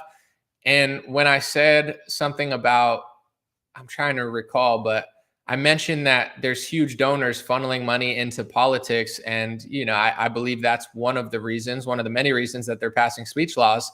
And she had nothing for me. She's like, oh, is that anti-Semitic conspiracy theory? No, it's literally the reality. You think it's an anti-Semitic conspiracy theory to say that the Adelson family has donated like $500 million to Donald Trump? That's a conspiracy theory? Yeah, are we doing that now? It's a conspiracy theory that Big Pharma pays politicians. No, they just give them money because they really like them and they don't get any leverage over them whatsoever. So if Big Pharma can pay politicians tens of millions of dollars and get leverage over them, what happens when mega donors give hundreds of millions upon billions of dollars to both parties, and then both parties do something for the country that they explicitly say on stage that they want to serve? No, they're just doing it because they want to, right? There's no leverage there whatsoever. Even with Elon Musk, like I like a lot of what Elon Musk is doing, but it is also true. Elon Musk runs a lot of businesses. So, people should keep their eye on what he's doing, because on one hand, he could be like, yeah, I'm weeding out the stuff in government. But if you have ties to the government in some sense, are you really doing it from an ethical standpoint, or are you doing it to benefit your companies? However, we have nothing in that category. Elon's the best we have, and it's interesting what he's doing, to say the least. But it wouldn't make you a conspiracy theorist if you said, well, what if Elon did this? It's like, oh, are you saying that anti-Elonian conspiracy theory? It's like, it's not a hateful conspiracy theory. It's just like questioning. That's how things work, Elon's parenting skills, though, someone said. He's just popping a bunch of babies out and, and then bouncing. He's like, deuces, raise it on your own. It's like, all right, well, I guess. Now would be a good time to announce, guys, that Elon Musk got me pregnant. And I'm just kidding. That's a joke. Men cannot get pregnant. Or wait, can they? I don't know. Let me check my emojis on my phone. No, they can still get pregnant. So I guess, I don't know. Elon's like, I have an idea to get both genders pregnant, and then I'll have 1,000 kids that I don't raise. You're like, okay, dude, I don't know about that. He's like, I'll let him drive to school in a Tesla car with a robot. A robot will drive them to school. They'll get there and they'll get a good education by themselves. I'll be FaceTiming them every. It's like, all right. Elon told Joe he'll only go so far to root out the corruption because he might get assassinated. Dang, that's crazy. I didn't read. I didn't see the whole episode yet. They're talking about like space stuff, but I do want to hear that episode. Deb from Sac said, please finish your thought on RFK. I'm not a fan of the article. I've seen, like, once I see somebody cave on one topic, then I just, it's hard for me to trust them again. So I've already seen RFK cave on foreign policy. So I was hoping that put at the HHS that he wouldn't cave on, everything he knows. He's probably one of the most eloquent straight shooters when it comes to the food and drug industry. Like he's one of our best. He's not just like, okay, like he's the best. So for him to put out an article like that, it's suspicious. It's definitely suspicious. And, time will tell what he does, but it's definitely not what you're looking for if you're me. I'm not a fan of what he did, that article. I still think like, and this is, I have a rational side, and then I have like I'm a human being too, but even with all this stuff, right? I'd personally rather RFK and Trump there than Kamala and whatever demons she would put into that position. I would rather them there doing something better, even if they're going to play ball 90% of the time. I'm not saying they're going to, but let's say they do. I still think they're an improvement, and I still think they're a better vehicle to push our narrative through. So, I know there'll be some people, understandable, that'll be like, oh, you did this, that with RFK. Sure, people can say whatever they want, but it's like it's like the other option was Kamala and someone that we didn't even know. Like when Biden was in office, he had a lawyer from California as the HHS director. Did you ever know? Did people even know his name? I think it was Xavier Barrera or something. Most people don't even know his name. They don't know how to reach out to him. They don't know how to talk to him. They don't know where his social media is. There's no connections. RFK and Trump are way more connected to our reality. So it's like, it's not a good start, but he's got 2 years, and I hope that people communicate, because that's the blessing of RFK and Trump. They're not that far. Like when it comes to the 6 degrees of separation, we're all very close to these people. We're all in the same world. We're all in the same room, and we all need to hold the line of what we believe. The one thing that I notice, and this is like, it's tough because as a person, right? I have friends in this world. I'm a very loyal friend. I don't like to, make things about public. That's a friendship sort of thing. But as a person who does what I do, I can't be best friends with politicians. Like I have friends that work in politics. I have friends that work in media companies. I could be friends with them and I could be loyal to them. I'm not trying to be best friends with RFK because he's the head of HHS. I'm not trying to be best friends with Donald Trump. I'm not trying to get to Mar-a-Lago. It would be nice to hang out there and network, but it's like, if there's a fork in the road, network at Mar-a-Lago or do your job, I'm going to do my job. Not because I hate Trump. I'm never going to do anything personal or below the belt because that's just not who I am. I try to be an honorable person. But when you're approving $1 trillion budgets, when you're green lighting vaccines, like this is real life. When Trump is doing Operation Warp Speed, this isn't like let me just not do my job so I could get into a party. Like I can't do that. So, I know a lot of influencers, they're really good friends with RFK Jr. I know, like, I'm not going to get into details, but like, when it comes to this topic, I know almost everybody in this movement. I know people that are friends with RFK, this and that. Like I know most people in this movement. A lot of people are friends with them. So they're never going to be able to really push back. They're just going to be like, go Bobby, go. Maybe, and he needs friends. So that's okay. I've never met the guy. I've never met RFK Jr. It's not to say I don't like him. I do like him, but this is why I'm able to do my job. I don't sign NDAs. I don't work for companies that silence me. A lot of these big media companies, they make you sign an NDA. And then if you leave, it's like you can't ever talk about certain things. So, people are basically under like some sort of gag order, or they know that they'll lose their job or lose their business or lose their social connections if they speak out. When it comes to politicians, I'll never be below the belt, but Bobby's the HHS director. Trump is the president. All these people are in office. I don't go sometimes to like, I never got that deep into politics purposely, not just because I don't want to, but once you get too deep, you can't do your job. Like imagine if you were one of the influencers that went to the Epstein files, like you got one of the binders, right? I know some of the people there. Good people, some people, not everybody there, but some people. It's like once you're there, like, you're so deep in the Trump administration, you're essentially like literally connected to the White House. They're giving you like special access and stuff. How are you going to really how are you really going to do your job if that's your job? Some people are not journalists. They're, a lot of the people there, some of them, they're just like professional Trump supporters. That there's all sorts of jobs in this new media world. You could be a podcaster, you could be an Instagrammer, you could be a TikToker, you could be a journalist, you could be an activist, you could be a news analyst. Some people are professional supporters. They don't. Someone like a Terrence Williams, right? I like Terrence Williams. He's a funny guy. I wouldn't say we're best friends, but I've met Terrence and I like Terrence a lot. he's not really a journalist. He's a comedian, but he's a pro-Trump comedian. So everything he'll do is pro-Trump. He's met Trump. Like he's trumped out. You know, I like Terrence, but he's trumped out, and he's not. You go to Terrence if you want to laugh, and you go to Terrence if you want some pro-Trump opinions.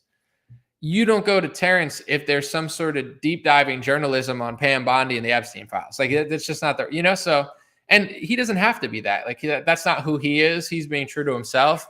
But you know, that's how I look at a lot of these things. Is there's a lot of people like that just they're not going to tell you the truth. As long as they don't gatekeep other people from doing it, then I don't really care, because everyone doesn't have to do it. But someone said RFK is critical about everything except for Israel. He has no thoughts. Well, it's not even like that question that Dave asked him. It's not even like Dave asked him to say anything negative about Israel in their foreign policy. He just asked from an American standpoint if he sees an issue with the amount of influence in politics. You could say, yeah, there's a lot, but at the same time, I support Israel. Like there's a way to answer that question and still be pro-Israel.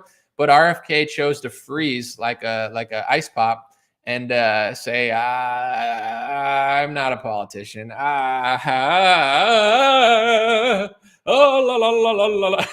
He starts singing a song. You're like, dude, I didn't. He's like, Dave's like, do you see any problem with this foreign influence in our politics? He's like, you're like, dude, I thought your voice was messed up. I didn't know you could sing a barbershop quartet. He's like, oh, la, la, la, la, la, la, la. Don't ask me that again, please. Dave, relax, calm down. Let's get back to Ukraine. I'll tell you about the 200-year history of Russia and Ukraine. I'll tell you every aspect of it. But when it comes to foreign influence in American politics, I don't know. I don't know nothing, Dave. Me so stupid. Me no politician. Why are you speaking Spanish? He's like, a mí no comprendo, David. Me no comprendo. Yo no sé. You're like, you've never once spoke Spanish, bro. It doesn't make sense. Yo no sé, tequila. So he's like a taquitos. I don't. What are you talking about? You talking about the Muslim thing or the Spanish food? I'm getting confused, bro. Anyway, why are y'all hating on RFK? I'm not hating. It's just, you know, he's at a crossroads right now, and this is the tricky part with politics. I'm not gonna lie. Part of me is like, you know, be patient with these people, right? Give them a chance. But we don't have that long. We have 2 years, and time flies like an eagle, you know, to quote the late, great Steve Miller Band. Time keeps on slipping into the future. And I want to fly like an eagle to the sea. Anyway, you know, it's like you only got 2 years. You have House, Senate, Congress, whatever, House, Senate, presidency.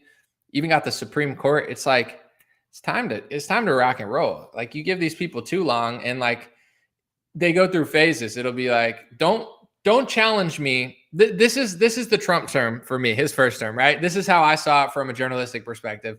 It's like the first 2 years, defend me because Democrats are trying to say I'm Russian. Okay, sure. The third year, defend me because Democrats are trying to, you know, say I collaborated with Zelensky and I had the perfect phone call. Defend me, you know, so you defend Trump. COVID, it's like, whoa, give him a chance. You know, he's doing the best he could do. Then it's like, hey, let's not criticize Trump. It's an election season. Then he's not in office. And it's like, oh, the election was taken from us. You can't talk about him for 2 years until Mike Lindell's, you know, 20,000 hour cyber symposium. And then it's like 2022 and it's like, oh, Donald Trump got arrested again. He's got a mugshot. Can't criticize him then. Then it's Trump versus DeSantis. And it's like, oh, I can't criticize him then. And then he's running for office. And it's like, come on, dude, it's an election year. Come on, you know? And then now it's 2021. We just won the election. It's like, hey, give these guys a chance. It's like, dude, next year is going to be election season again. And then they're going to have a whole new election in 2022. It's like, you know, like there's never, politics is set up. Our democracy is set up. So there's never a chance that you can actually like get anything done because they're always like, dude, I'm not in office. I just got into office. I'm in office for a year. Wait, no, there's a new election. We got to win the Senate. We got to win the House. We're doing this. We're doing that. Wait, dude, Joe Biden, look at Kamala Harris and Hamas. It's like the games never end. So you know, I try to be gracious to RFK, but his op-ed was sus. I mean, if you didn't have his name on it, I would have been like, what, did Fauci write that? Was that Scarf Lady? Was that Dora, Dora the Explorer, Dr. Birx? Was that weird lady that Trump hired for Surgeon General, that absolutely disgrace of a woman? Like, that's like, I'm a Valley girl acting like Fauci. It's like he picked like some like Valley girl pharmaceutical shill as like the as his Surgeon General. Dude, that lady is that's the worst pick he's had. I'm a Barbie girl in a doctor world. Agree with Fauci. I want my ouchie. I like Peter Hotez and we agree on everything. Oh my gosh, I'm just a Valley girl. Oh my gosh, Trump put me a Surgeon General. All right, let's get it. Come on, it's a serious news show. Yeah, dude. What's her name? I forget. Someone mentioned her name. I don't remember. Nishwat or something. That the Surgeon General. No. She, let's go clubbing. Let's all get our vaccines. Like, oh my god. Like me and Peter Hotez. I mean, like we were like, oh my god, like the COVID vaccine. Like, oh my god, like so good. Oh my god. Ugh. Ooh. Anyway.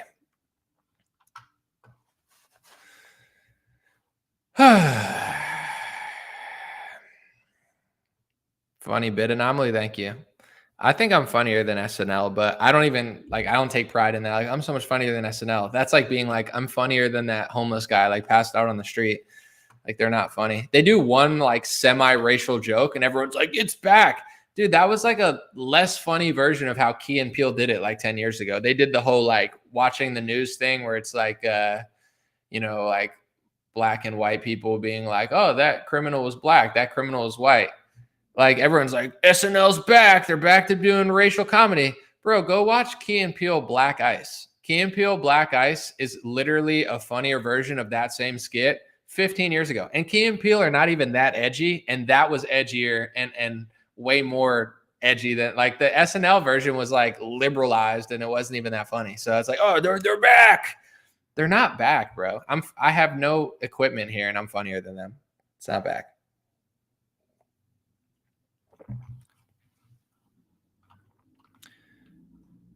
What's my opinion on Mark Dice? I don't watch his show, but from what I've seen, it seems like he's a straight shooter. I would say on topics that I'm talking about that almost no Republican will talk about, Mark Dice has seemed always pretty consistent on those topics. So, yeah, I would say Mark Dice, from what I've seen, is he's not sold out.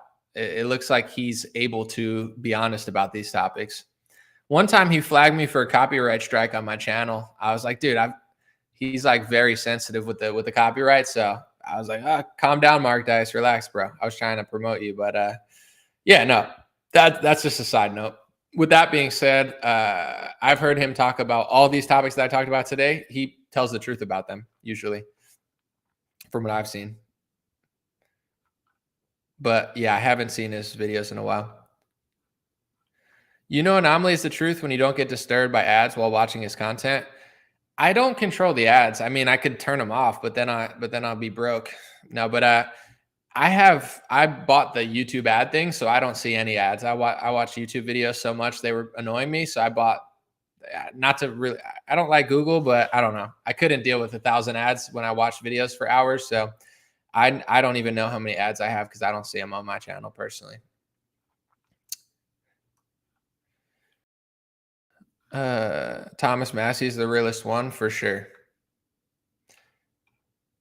All right, I'm gonna read a few more, then we'll keep it out. We'll keep it moving. We'll try to leave this at a minute 45. Thank you guys for hanging out. Thanks. I wanted to stay longer today because we had a good size audience. It's like, if the people are here, give them what they want, right? Throw a party. But thanks for being here. Thanks for considering, and check out my Epstein video if you haven't seen it. I hope you guys enjoyed that. I think it was good. New videos coming soon. What are my thoughts on Freemasons? I mean, I think that because they're so mysterious in a way that it's hard to really trace their influence, they've done a good job of being pretty secretive. some people think that the founding fathers were Freemasons. One thing that I noticed was Jimmy Kimmel's building. If you look at Jimmy Kimmel's building in Hollywood, it's a Freemason temple. It says, because I used to live in Hollywood, and when I'd walk by, it said Freemason builds its temples in the something and in the hearts of men. So I thought that was weird. It's like, what are the chances that Jimmy Kimmel has a Freemason temple as a studio on Hollywood? That seems a little off. But I don't know. I mean, I know that Joe Biden said he joined some like black Freemason group after his presidency. That was also weird. But I would say I don't know the full extent. They're very good at being secretive. There's a lot of temples and organizations around the country. And I would say, you know, I've watched some videos that people said that Freemasons have been taken over by another group. I don't really know. So someone said they've been around me my whole life. I know they have lodges and stuff where people just get wasted and hang out, and I'm not really sure. I was in Hollywood one time, and there was this guy who just so happened to be black. I don't know why I'm saying that, but I'm just trying to like paint the picture. You know, if he was like an old white guy, I'd say that too. But he was like probably in his like 30s or 40s, and he had like a Freemason thing on his phone case. And I was like, is that a Freemason thing? And he's like, yeah. I was like, I guess he just carried it around hoping people would ask him about it or something. So I don't know. Am I a Mason? No. I have no affiliation. Never. No.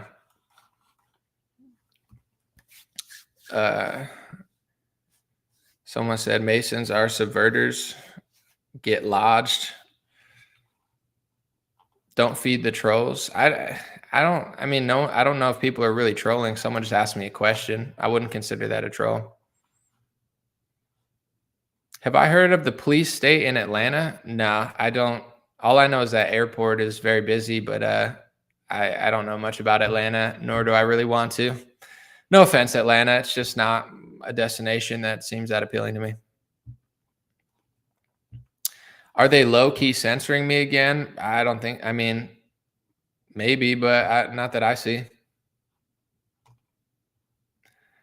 Someone said Masonry is for Gentiles who want to join. I mean, see, this is what I'm saying. Like, I see a lot of that in my feed. People are saying that like Masonry is like this version of that for Gentiles. I don't know if that's true or not, and I don't know. You know, I'm not. I guess when I was getting into conspiracies and stuff in when I was 18 and 19, everything was about the Rothschilds and the Freemasons. Now I feel like people don't really talk about it that much, maybe because they're just so mysterious, or maybe they don't have as much power as people think. Maybe they do, and people are not saying. Some people think they're connected to this other group. Others think that they're the top of the pyramid. I don't really know. Someone said Masonry's Kabbalah for Westerners. I don't know if that's true or not, but that seems to be what some people are saying. And then others say, no, they're above that and they're the ones running the show. Some people blame the Vatican and say it all leads back to there. I go with things that I could kind of see and connect myself. I don't play the game of like, I'm not sure, but I'm going to pretend like I am. So take it for what you will. Someone said anyone who defends it's either a moron or a shill. I mean, I have nothing to defend it for, so I don't really care. It has nothing to do with me. I will say this, though, just being realistic about it. I've always thought this when people bring that up.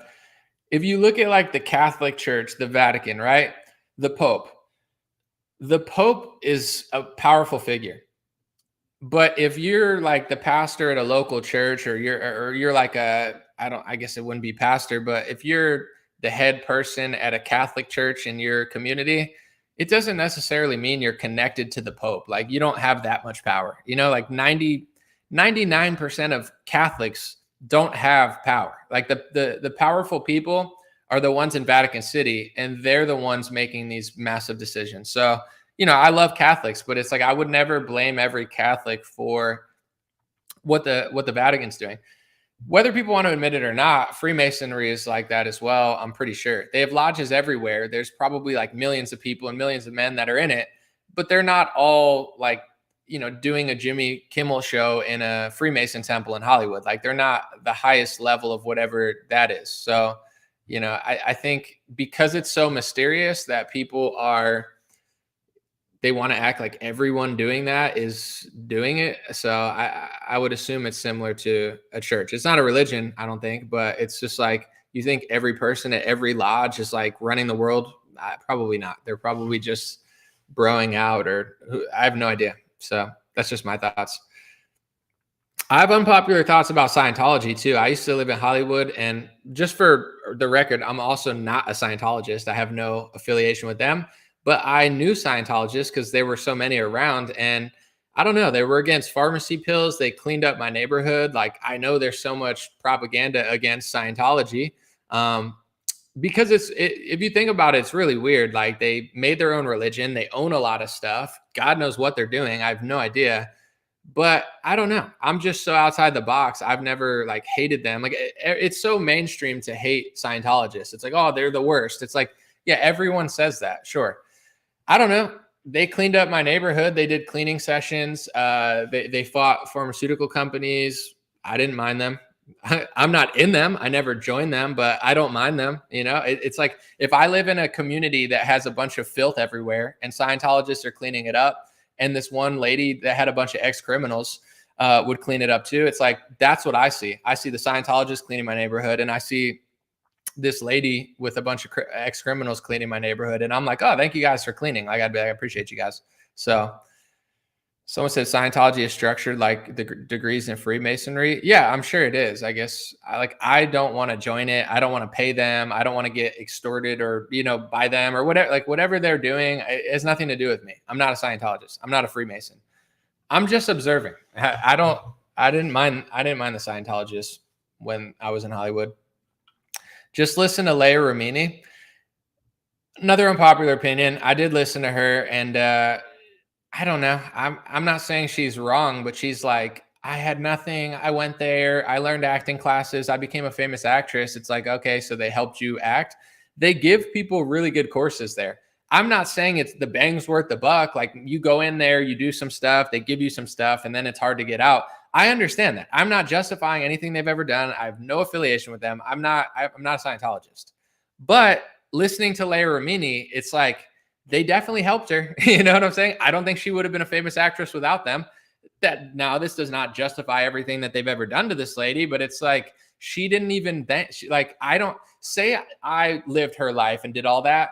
I would be like, I don't like what they did. I don't like how they harassed me. I don't like that they did this. However, I am grateful that they took me in. I am grateful that they gave me acting classes. I am grateful that they taught me stuff.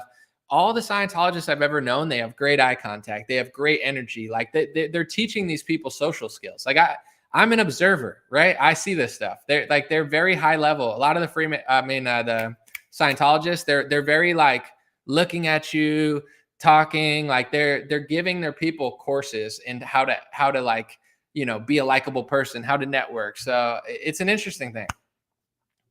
But I'm just like, yeah, I don't know. They were cleaning all the filth in my neighborhood and like just doing like pickups and stuff. So it wasn't a Freudian slip. We were just talking about Freemasons and Scientologists. So I wouldn't say it's a Freudian slip. I would just say I was talking about two topics at once and I said the wrong one, but you could think whatever. I don't care.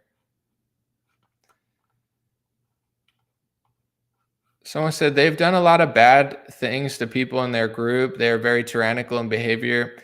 I'm not justifying all the bad things that Scientologists have done. You understand what I'm saying? I have no part of it. I've never been in it. I'm not I'm not responsible for all the things they do. I'm just telling you the other side that no one else is saying. I'm not just I don't know what they're doing. You hear all these things, but how do you even know? That it could be true. It could also not be true. It could be one of these things where it's like they do a lot of good stuff, but it's just impossible to leave, which in itself is really weird. It's a very odd structure, in my opinion. I don't, this is like, what was the guy's name who created Scientology? I'm not that type of guy. It's like, oh, let me create a religion where there's tiers and you have to pay and it's hard to leave. Like it's a crazy thing. I'm just saying. Oh, L. Ron Hubbard. Yeah, that's his name. Apparently, that's one of the most bought books of all time, the Dianetics or whatever. I've never read it, but It's a very popular book. Danny Masterson is a Scientologist. Was he? I'm not sure. Someone said LMAO, truther, normies now. Anomaly's a Scientology shill. Yeah, I mean, people could say what they want, but I'm just calling it like I see it. It's like the whole world has told me to hate them, and then I met a few that were chill. That's all I'm saying. I'm not getting into the deep thing of all they did. I know that they are very heavy with pharmaceutical, like they don't like the kids taking the pills. With that being said, where were all the Scientologists during COVID, right? If they're so anti-pharma, were they pushing back against the COVID stuff, or were they following suit? I'm not sure, but I didn't really hear much Scientologists during COVID. So maybe they flopped like everyone else. Maybe they didn't. I don't know. Dr. E. Michael Jones, thoughts? I mean, I've known E. Michael Jones for a while. I've seen him and Dave Riley kind of beefing and stuff. I don't know. I haven't heard from him recently, but I know his books and I know his what he's spoken about. So I would say I'm indifferent. He said some interesting stuff, but there's some things I agree with, some things I don't, but I think he's an interesting character. Yeah, someone said exactly anomaly, they caved. That's what I heard. I heard they caved, which sucks because it's like Tom Cruise forced everyone to follow the convid protocols on set and off. See, that's where it's like, yeah, when push comes to shove, I think people's true characters are revealed. Maybe this is just a guess. I have no idea. Maybe Scientology is so connected that they just kind of played ball like everyone else connected, and they didn't want to resist the COVID tyranny, and Tom Cruise was playing along. That seems really weird, right? Wasn't Tom Cruise the one talking about pharmacy pills like 20 years ago? Now he's playing along. It is what it is. I don't care to. It's not my problem. YB said RFK is not good. Anomaly, quit playing middle of the road. You're gonna get run over. I'm not playing middle of the road. I'm just doing my job. I don't, if you want to hate RFK, go ahead. If you want to trust him, I wouldn't trust a politician at this point, but okay. If what do you think I could do about it? Or what is what do you think you're doing so much better than me that actually matters to an extent that it's going to change anything? I don't get what you're talking about. Time will tell. Time will tell all. Your anger, my opinion really doesn't matter. What matters is what RFK does in office. So his legacy is in his hands right now.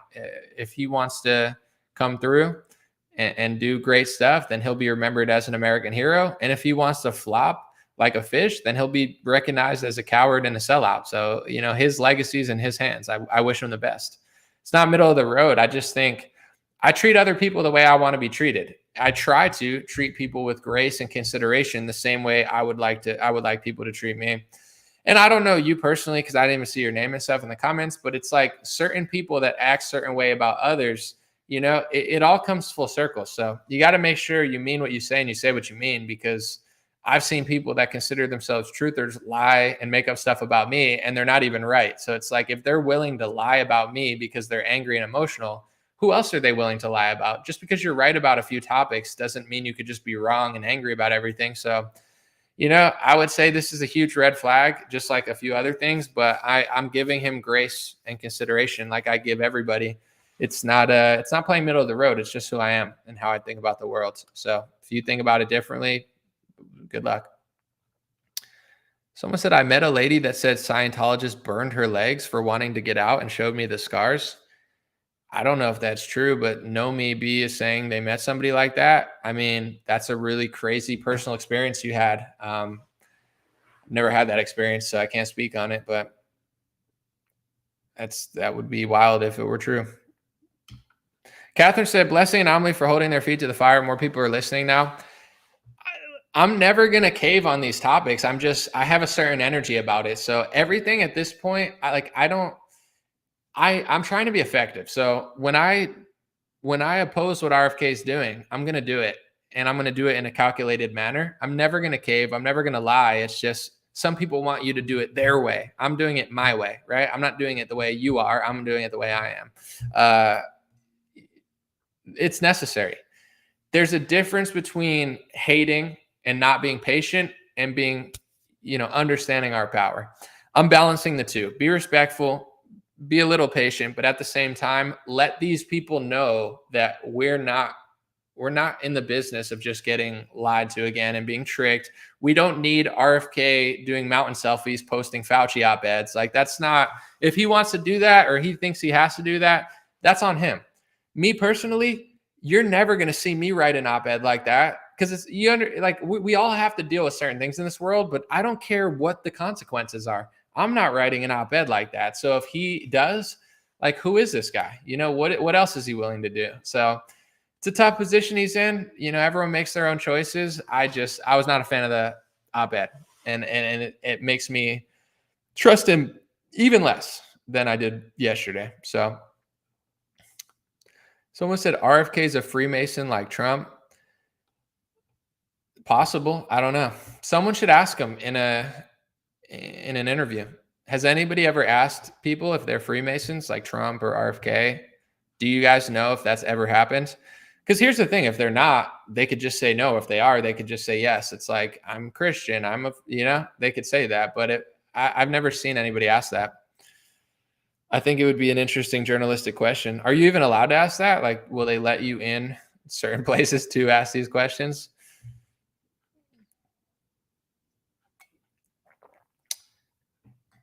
Someone said, Kirk said, all I know is very smart and clean Scientology people, but I need my Jesus piece.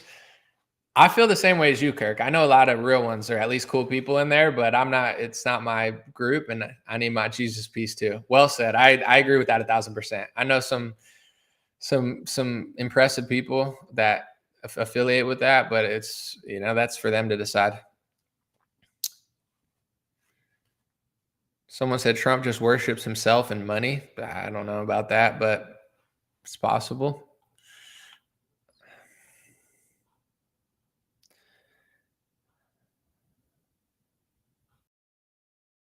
Someone said Knights of Malta is a big part of the control mechanism.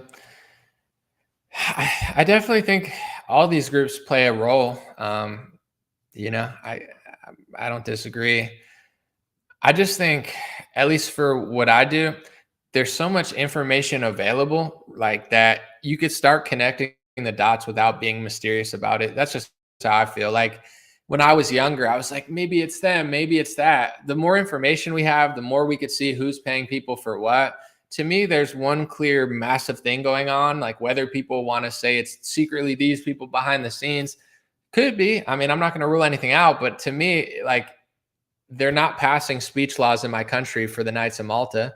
They're not passing speech laws in my country for Freemasons. They're not passing speech laws in my country for Scientologists. They're passing speech laws in my country for one race, one religion, and one foreign country.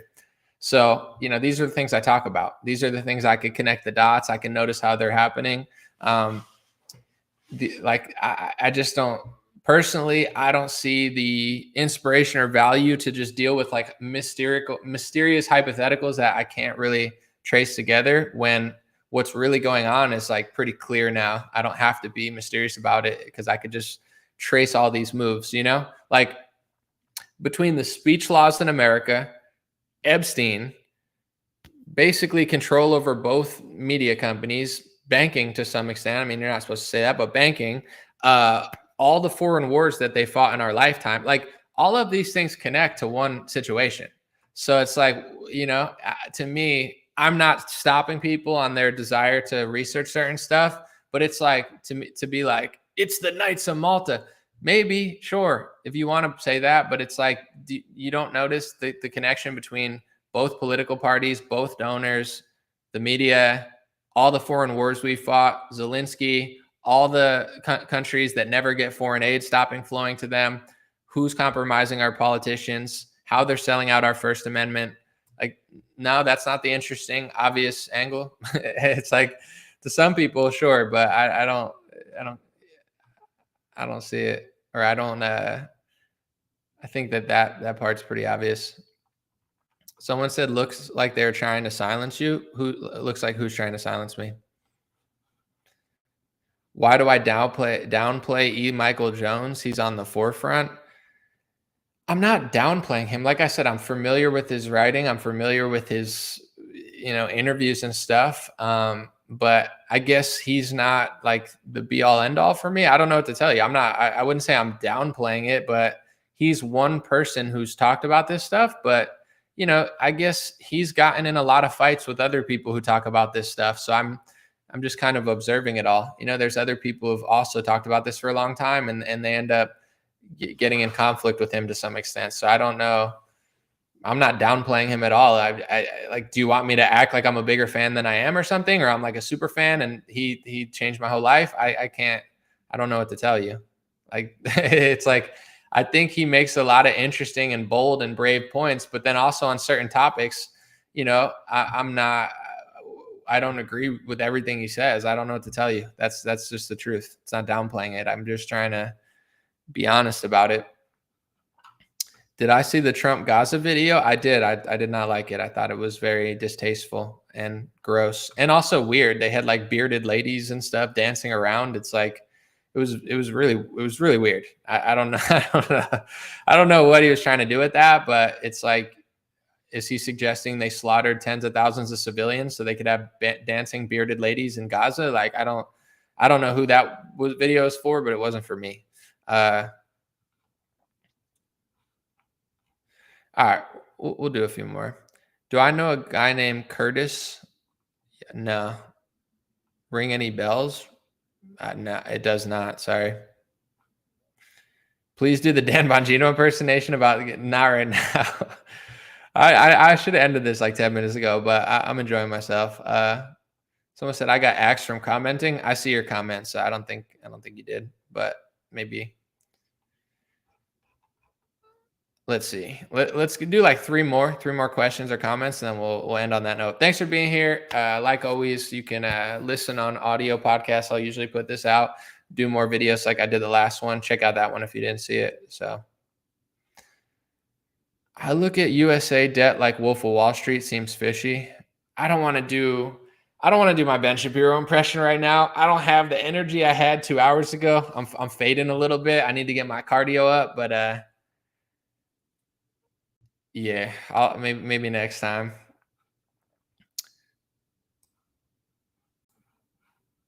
Why did Pam Bondi block Laura Loomer?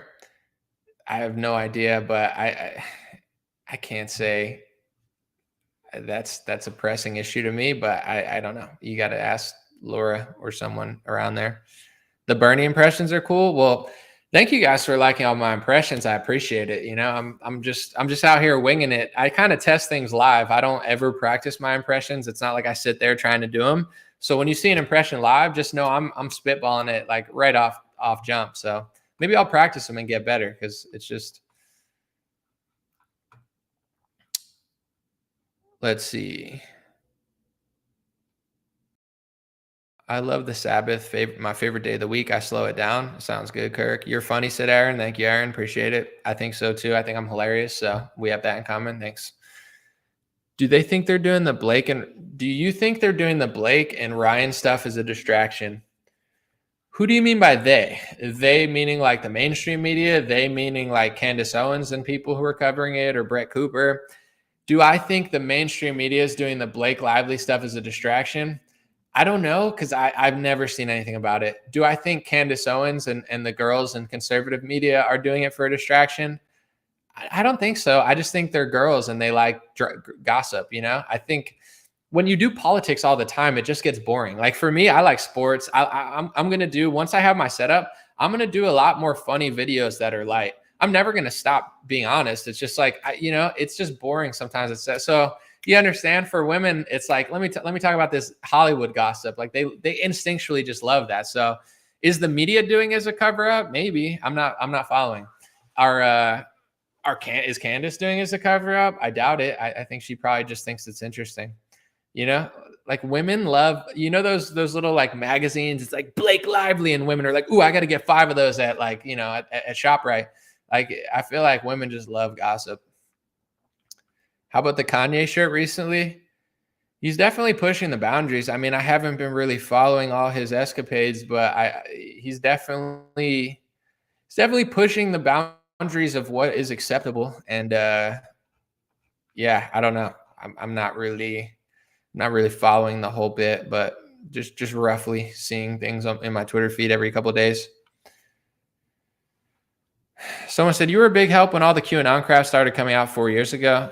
Appreciate it, Mandy. I've always had people that believed in it on the show to have a conversation and debate. But during COVID, it's like, my job is not to deal in like abstract mysticism and be like, maybe Trump's saving the world with his vaccine. It's like, bro, I just read the executive order. Like, I don't need to know what you think it might be. I just read the bill that they passed that they're going to fund. So it's like, I deal in the reality. That's why my reporting is accurate. That's why my track record's good. Because I'm not just making stuff up. I'm going off of things that I could prove. Bill said Anomaly talks too much. Well, luckily it's my job, right? That's a knee slapper, isn't that, Bill? And you just keep listening. I'm not going to say I hate to go on this rant because I really don't actually like it. So I'm not going to be like passive aggressive about it. I love going on this rant. I love when people watch my show for an hour and a half and then complain about me talking as if they couldn't just click and watch another video. Like, I find it the most fascinating thing. Like, I can't imagine, like, you understand, like, outside of this video, like, I'm a consumer of content. I listen to YouTube, but there's people that I like.